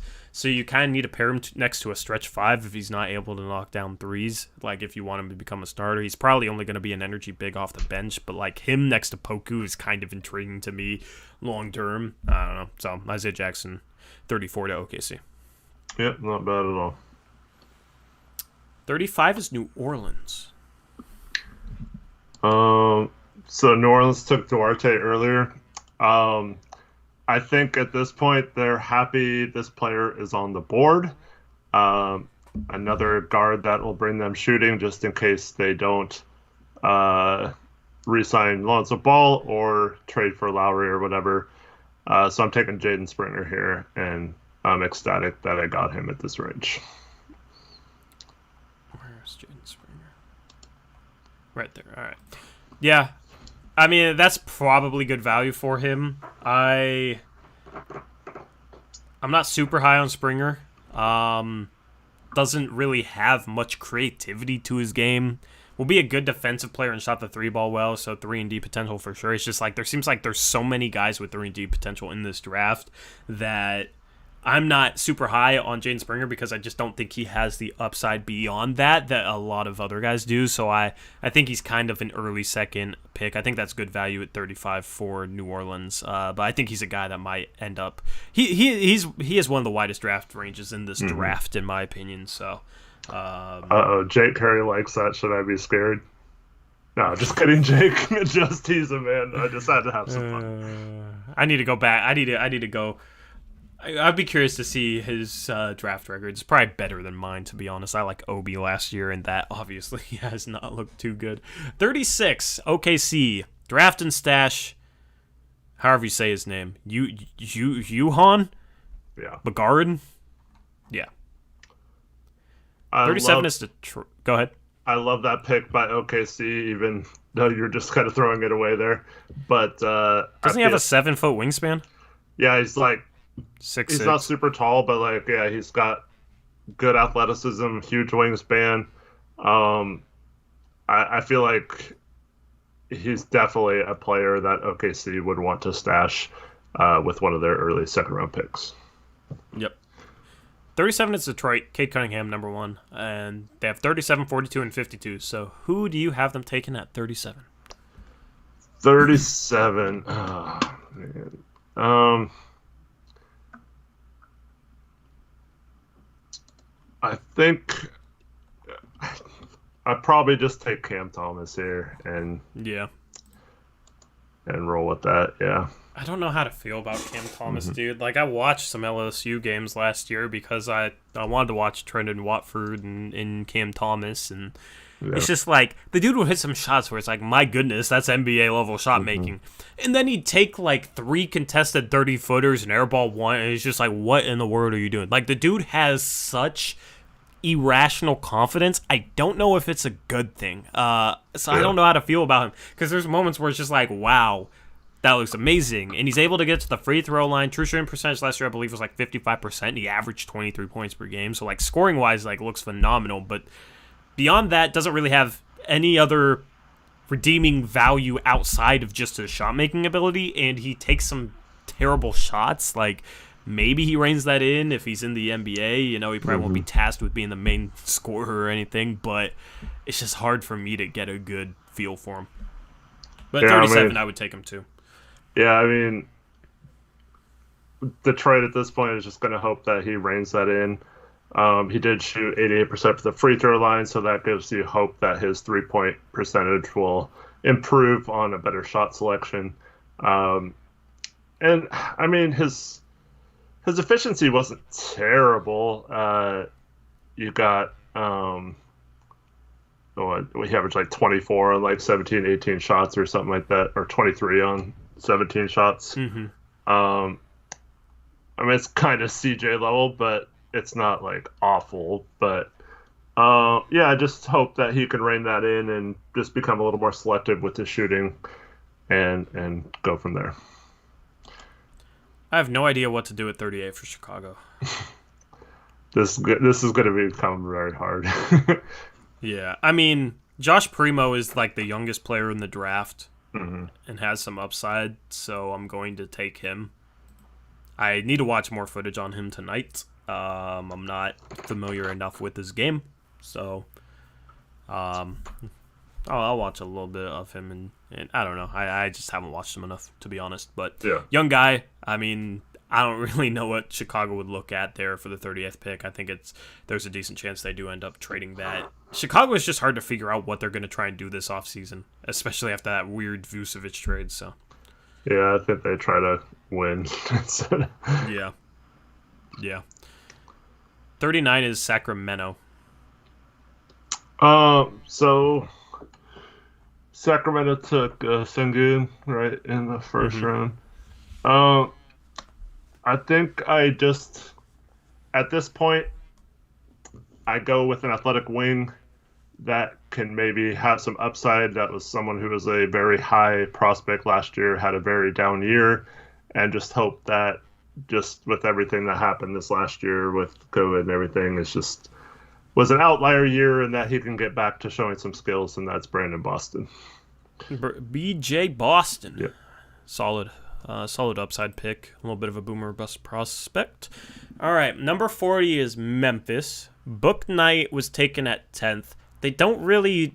I mean, they took a guard at 10th with Book Knight. They don't really need another long-term big man. I mean, I guess they traded Valanciunas, but now they got Steven Adams. I feel like they might go with a stash player, and honestly, where's he at? I don't know why if Bleisenberg is 67th, I think he should be much higher than this, and he's a small forward, which is kind of a position of need, intriguing game. There's another guy I need to watch more. I'm going to have to do more studying tonight, but I like Bleisenberg 40 to Memphis. Yep.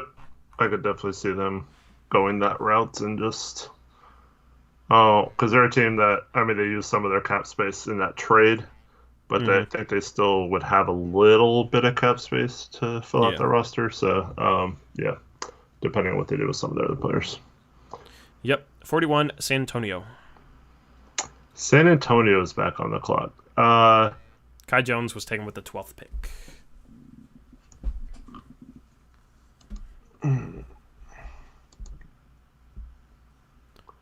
I think that it's possible.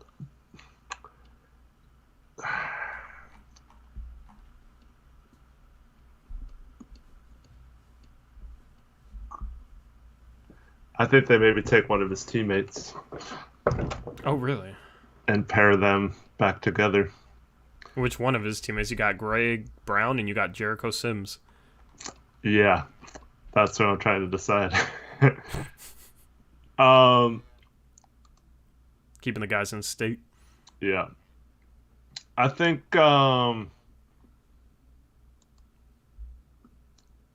they might be intrigued with Jericho's athleticism and take him and pair him with Kai Jones and just hope that they form a pretty dominant duo, or at least have one of them pan out. Yeah. Jericho just...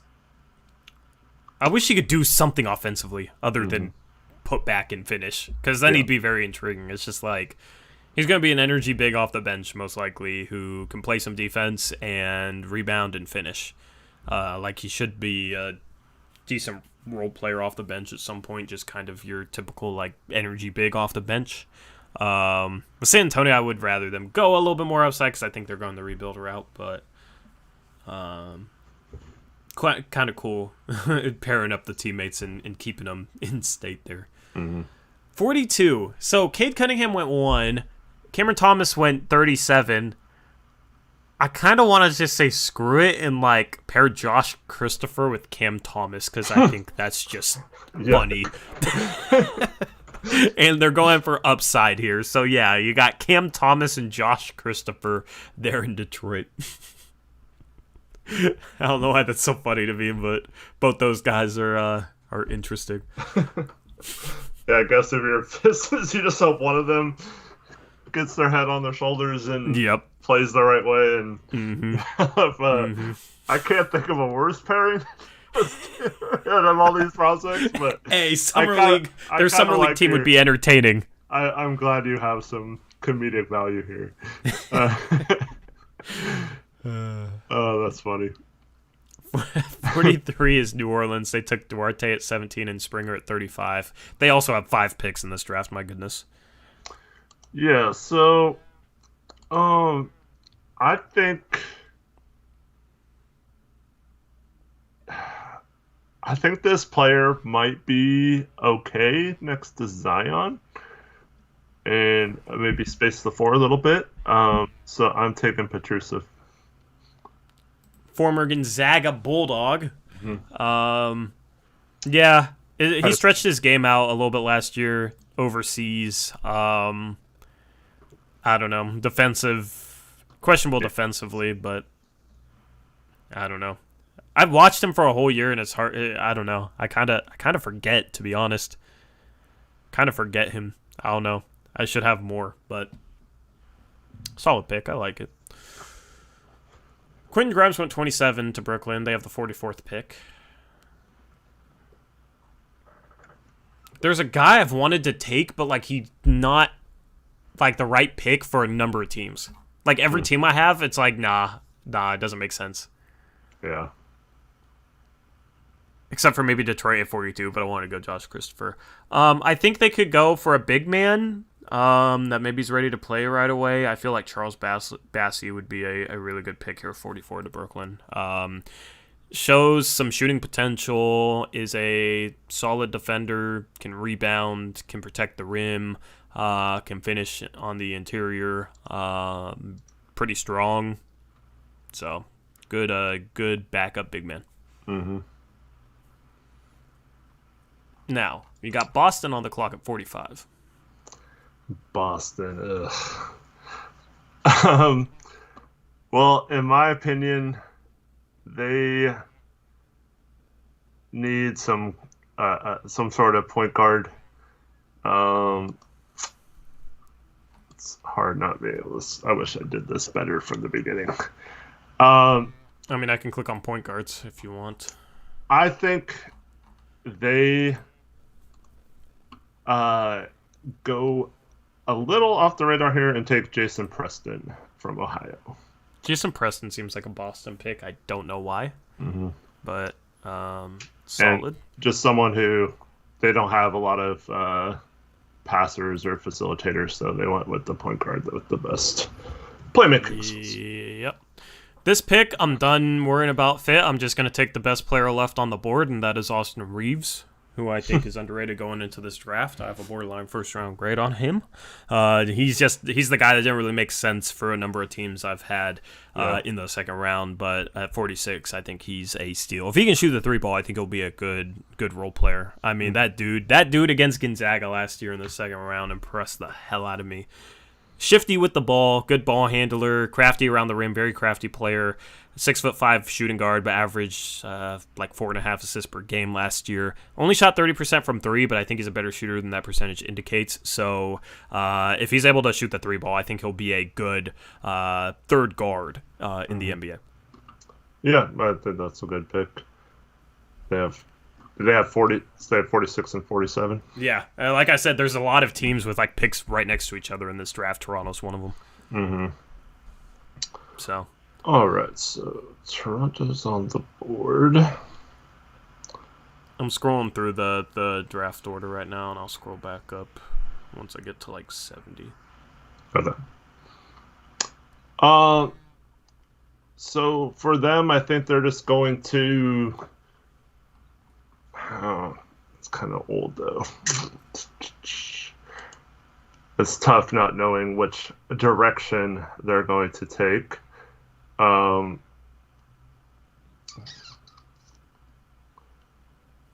There's a couple of guys that I would take, but they're like 22, 23 years old, so it's hard.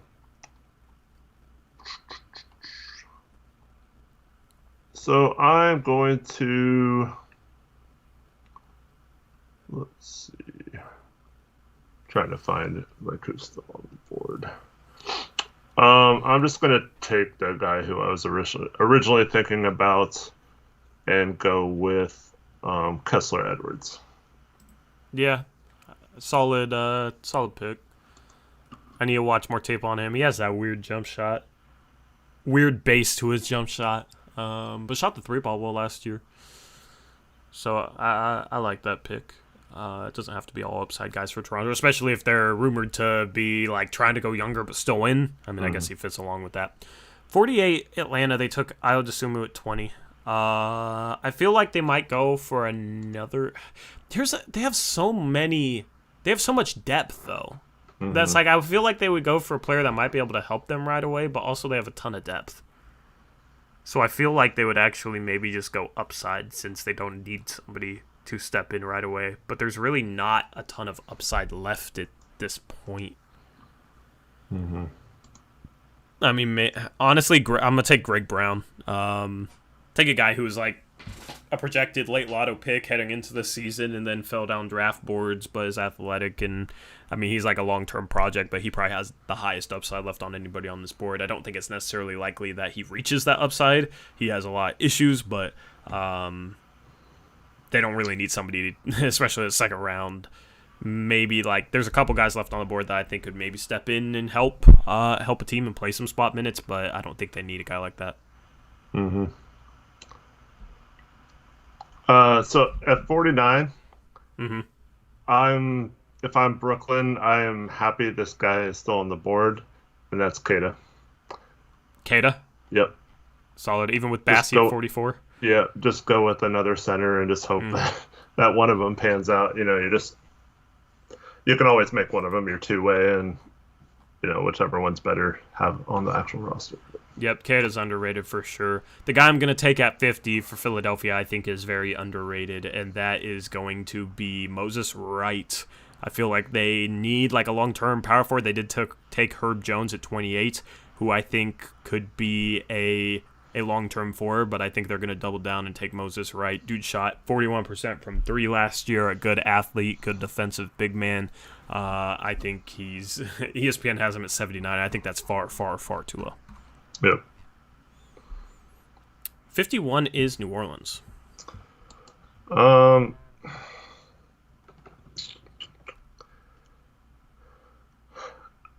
think they would go. They're playing it safe in this draft. I think they go with a Jeremiah Robinson Earl here. I forgot he was on the board. Yeah, that's a pretty good pick there at 51. I think he'll likely go in the 30s at some point, so I like that pick to New Orleans. I wonder if Trusev is stashable. I wonder if he's like, I mean, I guess he doesn't really have a choice, but I wonder if he wants to be stashed or is okay with being stashed, or if he's trying to come over right away. Because that might be a guy that's like a stash pick. Yeah. That I think otherwise you wouldn't think of him as one. Right. It probably depends on if he's offered the guaranteed contract on the roster or not. Because if he makes a roster, I could see him coming over. But if he's offered like a two-way or something, I could definitely see him making more money overseas and staying for a year. But yep. But he kind of did that this year, though. So I don't know. Yeah. I mean, they took Cade Cunningham, Cameron Thomas, Josh Christopher. They've taken perimeter players. I kind of just want to reach for just an intriguing prospect here, 52. I'm going to take Mamu. It has some, like, defense probably going to hold him back, but some of the stuff he can do with the ball at his size, at his position, is impressive just from a shooting and off the dribble standpoint. And, yeah, I mean, Detroit's in a position to just kind of go for boom or bust prospects, and at 52, if you can get a guy with his offensive skill set, I say why not? Yep, solid. 53 is New Orleans, once again, their 5th pick. Are you going to take a stash prospect, or are you going to take... I am, and I'm going to take my guy, Zsombor Maranka from Hungary. Didn't he drop out? I don't know. Did he? Yeah. I thought he stayed in. Nah, I'm pretty sure he dropped out. Sadly, a lot of international guys dropped out, which is surprising because I felt like a lot of them had a good chance of getting drafted as stash guys. Let me Google them. Does anybody know if Zsombor is still in the draft? Your guy's Zsombor. Didn't you say he shoots like Ben? Is that why you took him with the 6? No, I don't remember if it was him or not. Drops out. Yeah, announces 51 early entry candidates. Let's see if I see like Malcolm Cazelon, Hugo Besson, Ibu Baji, Carlos Solosin. I'm probably butchering some of these names. Baji left, right? Yeah. Huck Porty, Zsombor Little Mermaid. left. Yeah. Zsombor also dropped out. Oh, he did? Damn. Yeah. I mean, even Precaution dropped out. Yeah, there's a lot of Euro I couldn't guys believe he dropped out with how high his stuff was rising. Maker dropped out. Yep. Do that one. All right. I'm gonna take. This guy's stolen it. 6'9" shooting guard from France. Alan DeCossi. There's not really many stash candidates. This was going to make it interesting. There's a lot of teams with a lot of picks that would go for stash candidates, but, I mean, there's not a ton. I'm going to go with my guy from last year then. And this is a huge, he probably won't even be good, but Amar Silla. Okay. I'm just going to stash him and hope that his size and wingspan and athleticism translates to being good someday. He's only, I think he's almost 20, so yeah. Yeah, not bad as a stash prospect. 54, Indiana. They took Giddey at 13. I think they would be thrilled to get Isaiah Livers at 54 as a guy that could come in and maybe play right away at the 3. So it might allow them to consolidate some of those wings into a trade. Yeah. Trevin and Reese are so annoying right now. Draft day Wiggins.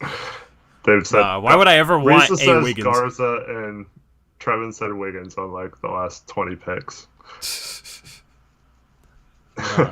No, we're not going there. 55 OKC, Eric. This is their 6th pick. So who are they drafting, stashing? See, I hate this because there's not much, and there's not a lot of young guys left.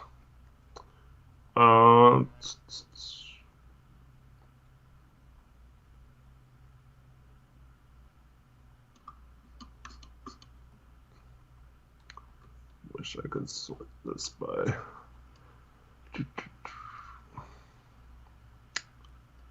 Give me just a sec. I'm just trying to find like a group of younger players. Okay, I got someone. They can go with Deshaun Nix. Yeah, that's what I was thinking. Probably sign him to a 2-way contract. 2-way contracts make it so you can take more rookies because you can just sign him to a 2-way now. Yeah. 56 is Charlotte. There's literally nobody that stands out on the board for me. Honestly, I feel like they could go with like an upside big. I'm going to take EJ Onu. Yeah, that's not bad here.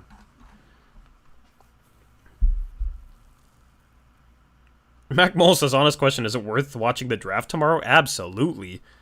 I mean, if you only care about the Blazers, then maybe not. But if you care about basketball beyond the Blazers whatsoever, absolutely. Best draft in years. Phenomenal draft. Lots of intriguing storylines. Our stream's going to be a big W. So, yeah, we'll keep it entertained, even if. Bro, Charlotte has back-to-back picks, 56 and 57. Oh man. So now it's your turn to think about this. Would you have taken Onu if he was on the board? Yeah, probably. Yeah. I don't think that's. Had to make things hard that's on a you. pretty good pick here. Who did they take at 11 again? Franz Wagner. Oh, Wagner, yeah. A terrible pick, Eric. No.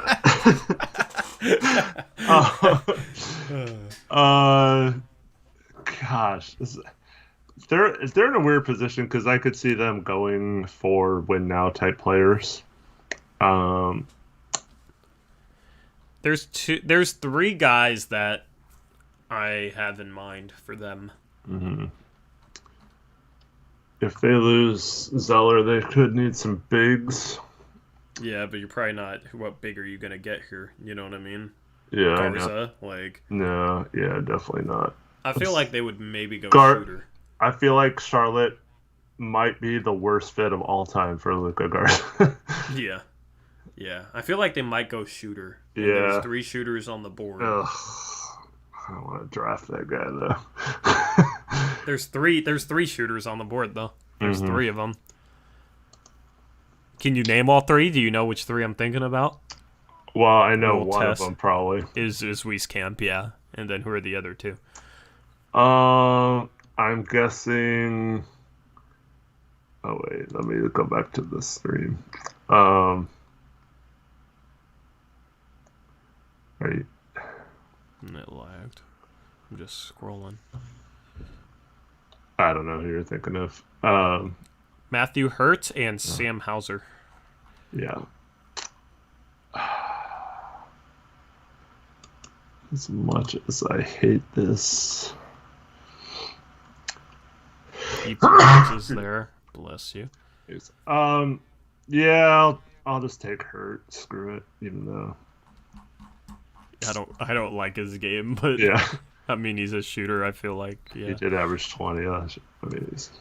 So New York took Jalen Johnson 19th, Corey Kispert 21st, Sharif Cooper 32nd. That's a W for a draft for them. Yeah. But now what do they do? I mean, they took. This is why, if some of your takes are that you don't want to watch the draft because the Blazers don't have a pick.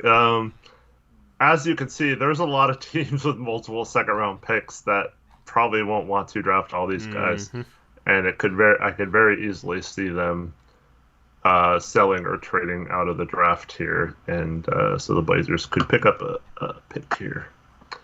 Bro, there's like no bigs available.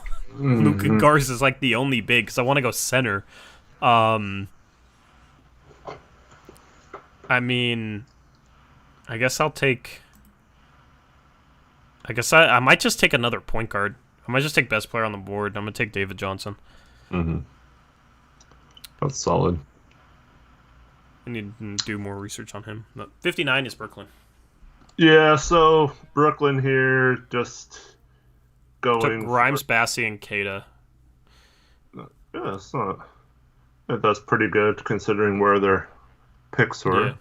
Yeah. So I think I'm just going to take Aaron Henry at this point. Came from solid a good pick. school. He's underrated. Yeah. For 59, I think he's about as solid of a player you can get to help a team that's willing to win now. And then 60. Josh Giddey and Isaiah Livers. That was going to be my pick at 60 for Indiana. Sorry. It's all good. Oh, I know. I forgot this guy existed, and it's going to be another small forward, basically. I guess Josh Giddey's a point guard, but I'm taking Chris Smith. All right. Chris Smith's underrated. If he can bounce back from that. Yeah. He's underrated. He should go mid-second, in my opinion, but I just forgot he was all the way down there. So, yeah. Nice. Anyway, that is our mock draft. Let me save this. 2021 Blazers Uprise Tory / Eric mock draft. I wonder if I can put. We should tweet it out or something. Yeah. Yeah, I can. All right. I'll tweet it right now. Let me switch back to the main scene. So that is our mock draft. We'll tweet it out on the Blazers Uprise Twitter account if any of you guys are kind of interested in going over what our mock draft was. Yeah. So. Well, Chris, if you would have been here for the top 10 picks, maybe you would have found out why that didn't happen. Chris is a Bones fan. Anyway, I'm going to type out this tweet. I mean, I know why. He responded to one of his pictures, so I would be a fan of his too if he did that. Did you see that? Yeah, I saw that. Makes sense. That cool picture with like the skulls in the background, and Chris is legit with the graphics. Yeah. Anyway, give me thoughts on the draft or something while I type this out, because I'm gonna mute myself while I type it. I think. What if we predicted the whole draft? Just this to the T.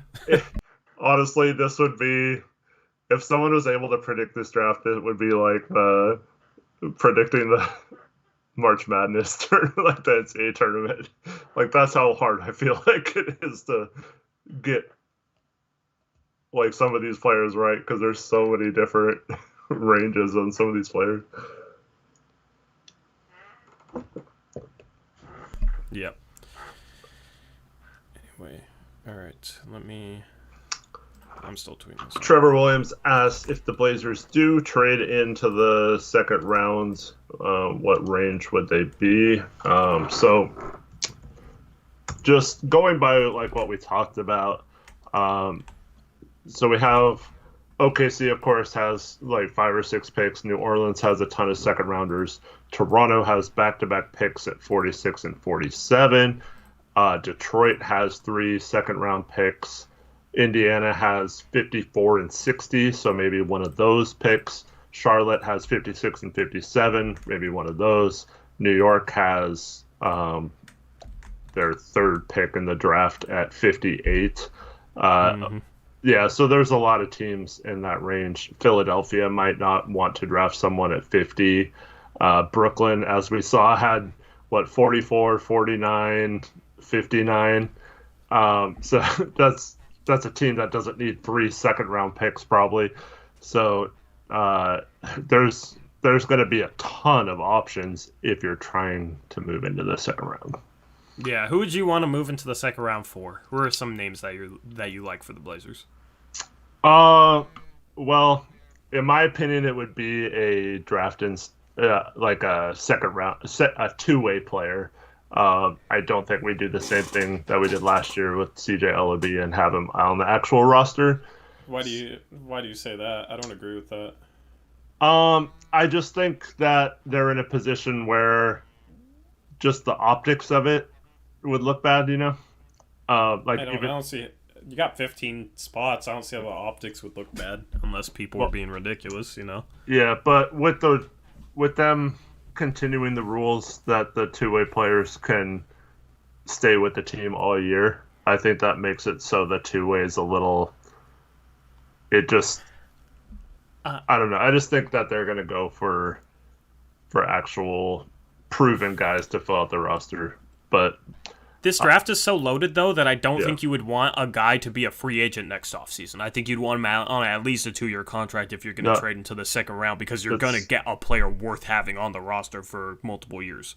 Yeah, but with 2-ways, you basically own their rights. It would be pretty hard for them to get around. Like, 2-ways get screwed in the future in real life, so it's pretty easy to sign them to that contract later on, or if we have that open 15-man like the last couple of years, we've only had 14 spots filled on the roster. So after the trade deadline, if we still have an open roster spot, you can still promote them to the full roster. Yeah, that's what OKC did. We'll have 15. We'll have 15 roster spots this year, though. Most likely, we'll be able to use all 15. Last year, we could only use 14 because we were trying to stay under the tax. So I don't know. After the trade deadline, I think they had enough room to sign someone for the rest of the season. They didn't. You know what I mean? So I feel like they wouldn't be scared to use a roster spot on the rookie. It's like they didn't even fill the roster spot last year, and last year they used it on LB. So, maybe it's a 2-way. I don't see it. I don't lean either way with that. Like, it could be a 2-way, it could be a normal contract. I don't think that it's definitely going to be a 2-way. And it also kind of depends on if they trade for like a late 50s pick, it's more likely. If they are able to trade until like the late 40s, then it's more likely it's a normal contract instead of a 2-way. So. But regardless of how they're signed or what contract they're signed to or whatever, who are some names you like? Well, I like AIA. I know he went in the first round in our little mock draft. I think he'll probably fall into the second round. Bro, if we could get a Yai, I'd be so hyped. That'd be phenomenal. Yeah. But yeah, I definitely think he's a guy. Keita as like a backup center or third string center, I don't think is a bad pick. Oh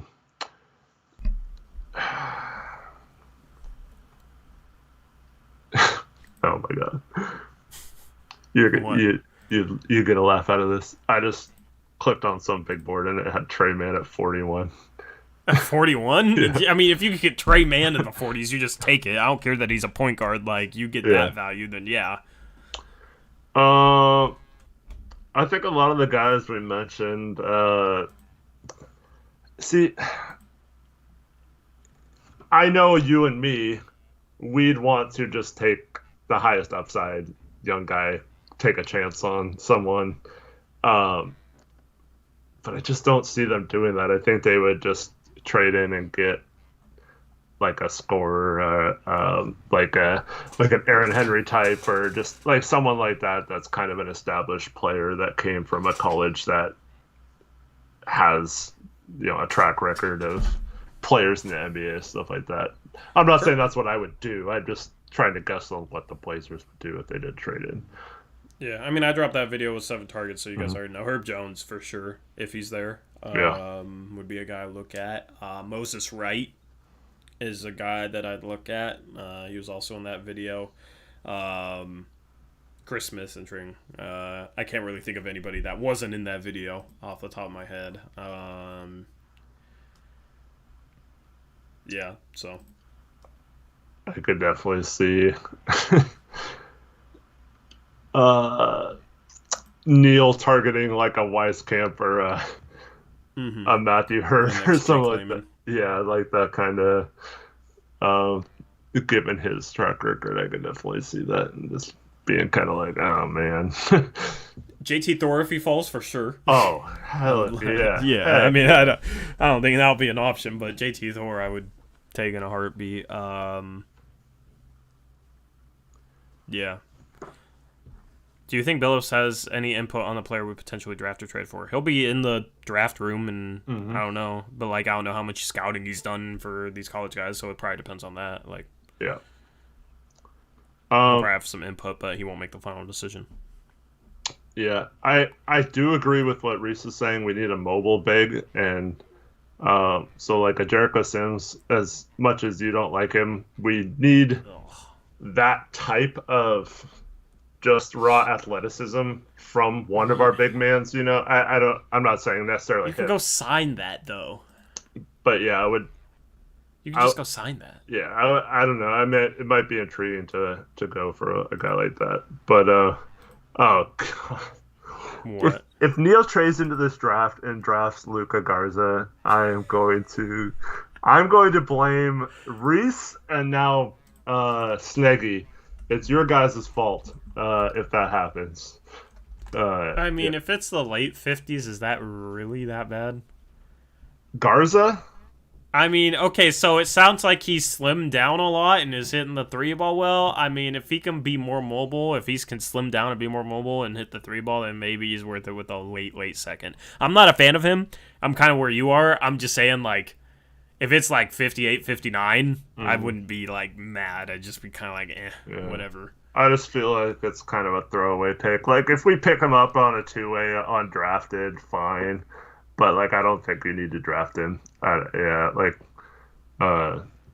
says, I don't think his game really translates. It doesn't. And it's also why Drew Timme didn't come out of college into the draft either. Like, some big men can dominate college, and their games don't translate to the NBA. So I would rather have Timme than Garza.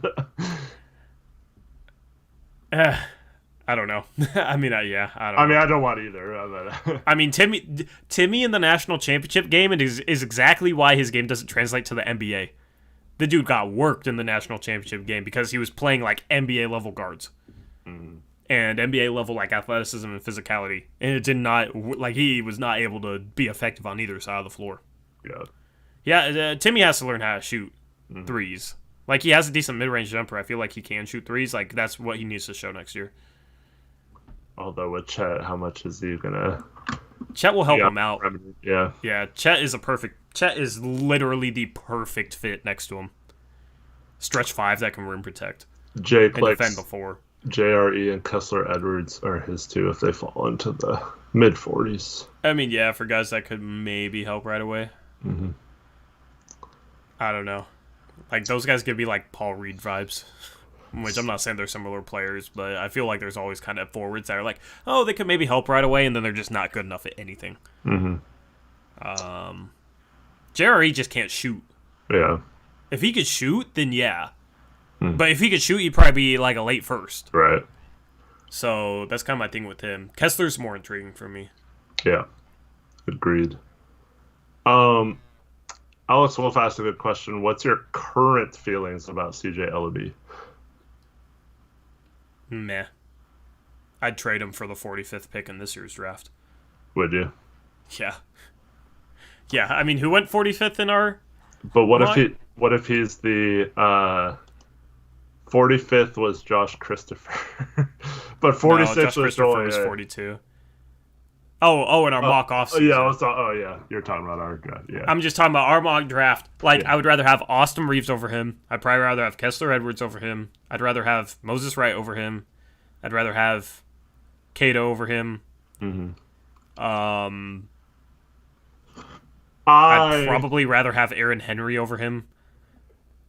I would be worried that trading him would have some sort of trickle-down effect with his best friend Norman Powell. Which is just ridiculous. I don't think Norman Powell is going to leave our state based on CJ Ellaby. I know, but having him on the team and with their friendship blooming, I feel like that's one thing we could say is like in free agency or up until free agency, we have CJ Ellaby in his ear every day saying, "Hey, you better come back and play with me, man." So imagine like going back to February and then listening to this conversation.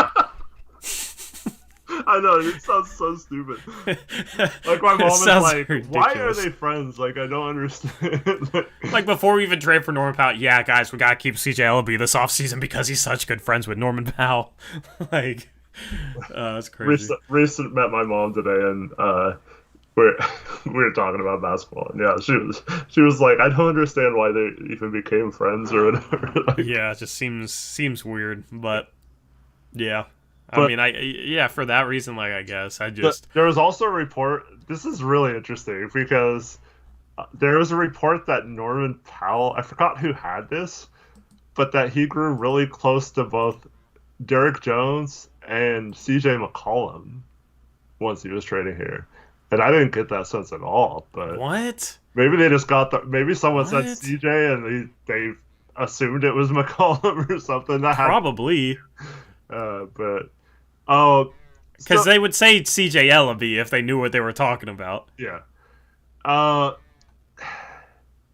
Here's my feelings on Ellaby. So I was pretty disappointed when we drafted him, especially since we had all that hype about, we're going to take Jalen Suggs at 16, and then he's still on Jalen Suggs, huh? Or not Jalen Suggs. That would be dope. Scrub. J Scrub, yeah. Don't compare, bro. Don't you ever mix up those two again. I'm insulted. I have this draft on my mind. So, anyways, when that was that fake, that stupid bucket. You're right. Sorry. Yeah.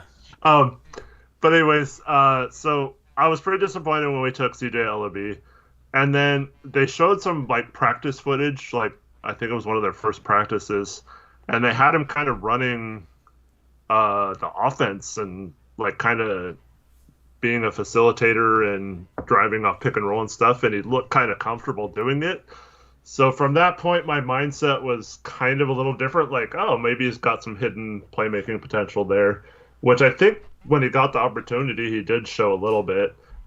He needs to improve his shot if he's going to make it in the NBA, because you can't be a guard that shoots poorly. So, but at one point before his last year in college, he was considered like a sharpshooter type guy.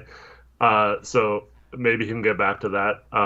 And then defensively, he was on another level than I thought. I thought he was going to be terrible defensively, and he actually got after it defensively and was like really impressed me on that end with his effort and steal ability and stuff like that. So I think I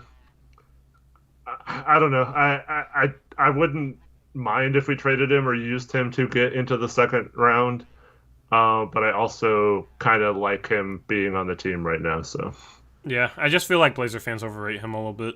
Yeah, I'm not trying to say he's. No, I'm not even saying you are. Yeah. I just feel like Blazer fans tend to overrate our young players. Mm-hmm. Like, the dude can't hit a jumper to save his life, and he's not a guy. Like, offensively, he's a very big negative right now. Yeah. Like, he has such a long way to go offensively. And defensively, like, showed some promise, but it's not like he's a positive on that end yet either. And he's already, how old? Because he was a multi-year college guy, so he's already 2 years, 21 years old. Yeah. I mean, I guess that's still young, but like, but his first I don't year know. at Washington State, though, he was a good shooter, so it's kind of weird. I almost felt like his second year he forced a lot of shots and had to like take bad shots because there wasn't a good offense. But then he got open shots when he played, and it wasn't good. But it's also probably kind of nervous and stuff. But I think his effort and stuff leads me to believe that there's still hope. He seems like a hard worker and stuff. So, well, when he's not playing bear pong and stuff with Norman, but that's important. That's good. That he's sacrificing a little bit of his future for our Blazer future, right? Sure, I guess. I don't know, but I mean, yeah, it's just some people like or seem like a little too high on him, and same with Nas. Same with Nas. Some people are too high on Nas. Eric Olson, who is not better than Blevins. I mean, oh, let's not start that. I think it's pretty safe to say that out of anyone who played a minute in the NBA last year, Blevins might have been the worst player. Oh, easily. I don't even think that's like just being like I don't know. I just he's terrible. Blevins is terrible. Blevins was a bad college player. Like the dude is not NBA dude was a horrible G League player. Like he's not good. Uh-oh. What? Jake Carey. Is Norm really a needle mover towards winning a chip, though? Bleh. Yes? Jake doesn't like Norm? What? Absolutely. Absolutely. Jake. I mean, I don't... How is he... Is he not? That's my question. Is he not? I'm taken aback by that take. In terms of like shooting guards, I mean, obviously to take out the Blazers, but he was one of the more efficient shooters. He's one of the best 3-point corner shooters in the NBA, like for guards and stuff. And he's got championship experience. He averaged almost 20 a game. Efficiently. Yeah, I don't understand how he's not a good player. And then if that allows you to trade a CJ and get a better front court piece because you don't have to worry about filling CJ's spot once you make that trade. Like if we traded CJ for Tobias Harris or something, that's a terrible trade if we don't have Norm, but if we have Norm, it kind of fits or whatever. Not that I want Tobias Harris, but like I'm just giving an example of something like that. So yeah. I mean, I'm not afraid to pay him. Yeah. Not at all. Not at all. And I still feel like even if it doesn't work out, let's say Norm kind of struggles in that role, I feel like he's still got his trade value even at 20 to 25 million, so we can trade him down the line if it's I mean, look at what a Buddy Hield is making. I'd take Norm over Buddy Hield any day of the week. Mm-hmm. Buddy Hield's making 22 million a year, 23 million a year. Yeah, it seems like there are some teams that would be interested in him. So and it's still going to be cheaper than CJ, and plus we get it. Yeah. So I'm not Norm you bring back no matter what, in my opinion. But I mean, here's the thing: if you trade CJ for like a Siakam, or if you trade CJ for a Tobias Harris, Norm is your fourth best player. Norm is the fourth best player on the team. Like, yeah, I mean, he's good enough to be the fourth best player on a championship team. Absolutely. You're talking about a guy that averaged almost 19 points per game, plays solid, maybe even good defense. Efficient from especially all three levels. Yeah, efficient from every spot on the court. Efficient free throw shooter, like athletic, good cutter, better in a motion offense, which we didn't run last year. So, yeah, no, you keep Norm no matter what, in my opinion. So, I mean, you pay him $25 million. How does letting him walk? In my opinion. How does letting him walk get us to be closer to a championship than paying him? Yeah, exactly. That's the thing. Is just like, what do you lose, like, versus what do you get? You lose if you let him walk more than you lose if you overpay him. Mm-hmm. So, I mean, it's not like Portland is a free agent destination anyway. It's not like there will be a free agent destination in the next 4 years if we lose Norm and then Dame wants to walk because of it. It's not like even if we let Norm walk, we'd even really have cap space, even if we were a free agent destination. So I'm not really worried about that dollar amount. What's debatable? That letting him walk is. We'll make the debate then. I'm curious. Make the debate. I'm willing to hear you out on that. I'm curious what the logic is. In my mind, it's absolutely not debatable that losing him, no matter what the cost to keep him is, it's better to pay him than to lose him for nothing and not be able to fill that position anymore. I don't understand that at all. Yeah. I mean, we free up the full mid-level exception instead of the taxpayer. I don't know. And we're going to get a shooting guard as good as Norm for that. Yeah, I mean... Anyway. Glad to see you're alive, Beavis.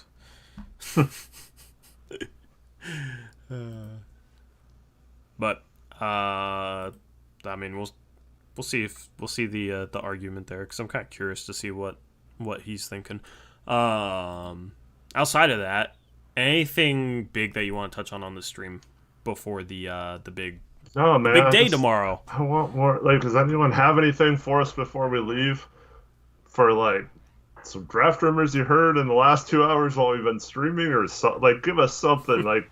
I just want some juicy rumors. It doesn't even have to be about the Blazers. You want something juicy? I feel like the last this draft has a ton of importance for a lot of teams, and there's no legitimate chatter about what's going on or anything. I feel like way too many teams are being tight-lipped. Whereas all these franchises that have loose lips and just keep spewing out all the information before it happens. I want that to come back. Mm-hmm. I mean, I don't know. We'll wake up tomorrow to something. I'll leave my ringtone on. So, wait, what is the tweet about Norm being close to CJ McCollum and Derrick Jones Jr.? Was that from the Bucket Report? Yeah, I think so. Yeah. That said CJ Ellaby, not CJ McCollum. But they changed it then, because the original one said McCollum. Oh, well, yeah. I mean, but what if we trade Derrick? What, do we have to keep Derrick Jones Jr. now, Eric? What? Do we not trade Derrick Jones Jr. now? Norm feels bad for the end of the bench guys, I guess. I mean, maybe we trade him after. Wow. The Laker Jazz. Okay. The Jazz are dumb if they make that trade. What was the rumor? Kuzma and 22 for Ingles and 30, I think it was. There's no shot. There's no shot. No shot. There's absolutely no shot. I would laugh so hard at Utah. Oh my goodness, that would be such a terrible trade. Do you want to bring Kuzma back to where he went to college? I don't understand the logic there. I don't think they're gonna get. I don't think anybody wants Kyle Kuzma. Not for giving up someone good for it. Yeah. Yeah. I mean, I don't know. I hope the Lakers don't turn Kuzma into Joe Ingles. That'd just be depressing. Yeah. That'd be a good pickup for the Lakers. My guy Rui had 34 points today. Let's go. Nice. Yeah. Except they got blown out. He's a dark horse candidate. If Washington blows it up, Rui is a dark horse candidate for most improved player next year. If he gets the minutes and stays healthy, yeah, I could see that. Yeah. I love Rui, man. Rui's going to be good. At least offensively, he'll get opportunities in that. I still think he can be okay defensively. Mm-hmm. But, yeah. I mean, he'll have the chance to put up numbers, though, if, Westbrook's gone and Beal's gone. And if Simmons is just throwing him into open buckets all the time because he's such an amazing playmaker. You know? Anyway. Anything else you want to talk about? Nope. I'm excited about tomorrow. It's one of the days I look forward to the most in terms of sports, is the NBA draft. Yeah. I mean, I'll leave my call me, if something happens. I'll leave All my right. ringtone on. I'm going to be up till like 4 in the morning, 5 in the morning working on graphics for the draft stream. I'm going all out for the draft stream. I'm using the same graphic package as last year, but I'm also doing like player information cards with strengths and weaknesses and stats and their information and whatnot for like 60, 70 players at least. So I think I've completed about 45 of those, so I got to finish out the rest. Yeah. So, anyway. People are asking about Steve Hetzel becoming one of our assistant coaches. Don't know him. Don't have anything to say. Yeah, I think he was like following Clifford around. Yeah. I've heard he's kind of like a shooting coach type.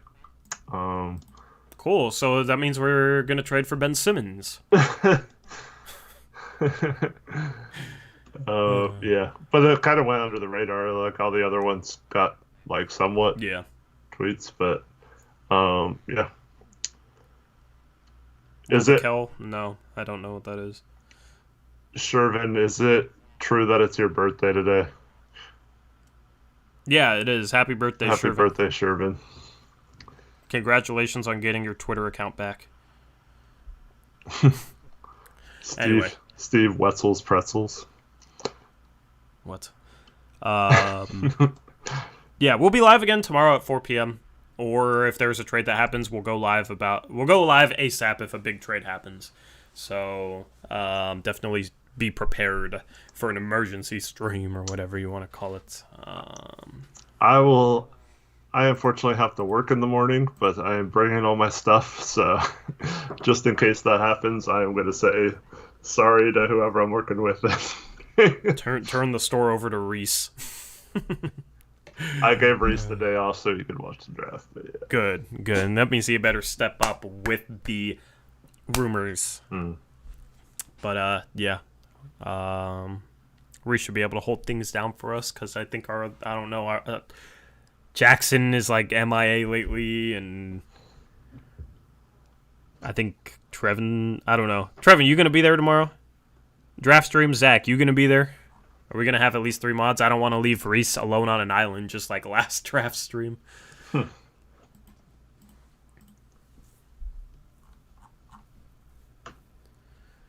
If we have all 3, then that works. Otherwise, I might have to make Chris an honorary mod. He's helping me with graphics tomorrow. Zach's not gonna be there. Sure, I might make Chris an honorary mod.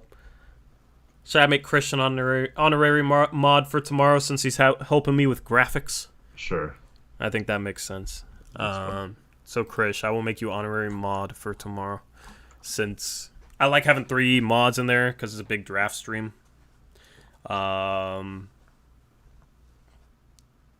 Just I'll go over like what kind of the guidelines are for that. But yeah, so I'll just mod you tomorrow on Blazers Uprise since this is the second channel. Anyway, anything left to say? Nope. Everyone have a good night. Get some rest. Big day tomorrow. Hopefully we have some news. Yeah. Hopefully, fingers crossed. Hopefully it happens before the draft. I want 2 big streams, not 1. Zach said he's just joking. He'll be there. So. Oh well, way to go, Chris, Zach. Make Chris a mod anyway. I mean, I'll make Chris an honorary mod back anyway. off that now. Yeah. I will, Chris. Freaking Zach. Zach, why you trying to drive me crazy today? That's how Zach's becoming like a troll lately. Like more so than ever. But like, yeah. We were trying to set up the new GC, and I'm like telling people not to add anybody, and he's sitting here adding the Oregon Zoo and Wingstop, and he's making me freaking block the Oregon Zoo to remove them from the group chat. Like, man, Zach, why you gotta do this to me, man? Why you gotta hate the Oregon Zoo, Tori? Jeez. Bro, they ain't gonna participate in our group chat, man. So, yeah, I'm already like, I needed like 3 hours off, so I went and played some basketball. Then I went and hung out at Black Rock, and I was just trying to relax, and that's why the stream went live a little bit later. Just want to relax, and then I got freaking Zach trying to take that away from me. So yeah, mailbag will come in the morning at 9 a.m. So be prepared for that mailbag. I'll drop it at 9 a.m. So watch that before the draft. if you want. Other than that, I probably won't do a final mock draft. I don't know. They weren't getting good views. I don't know if I'll do anything else video-wise. I don't even know if I'll have time. So just be prepared for the mailbag and then the draft stream tomorrow at 4 p.m. Mm-hmm. Anything else, Eric? Nope. Everyone have a good night. We'll see you tomorrow. And those of you who watch this, thank you very much. And if you turn in tomorrow, we'll be happy to have you watching. Yep, that'll be fun. Stream should be popping tomorrow. I am looking forward to it. So, anyway, have a good rest of your night. We will see you tomorrow. Until then, get some rest. Hopefully, big day. As always, peace out.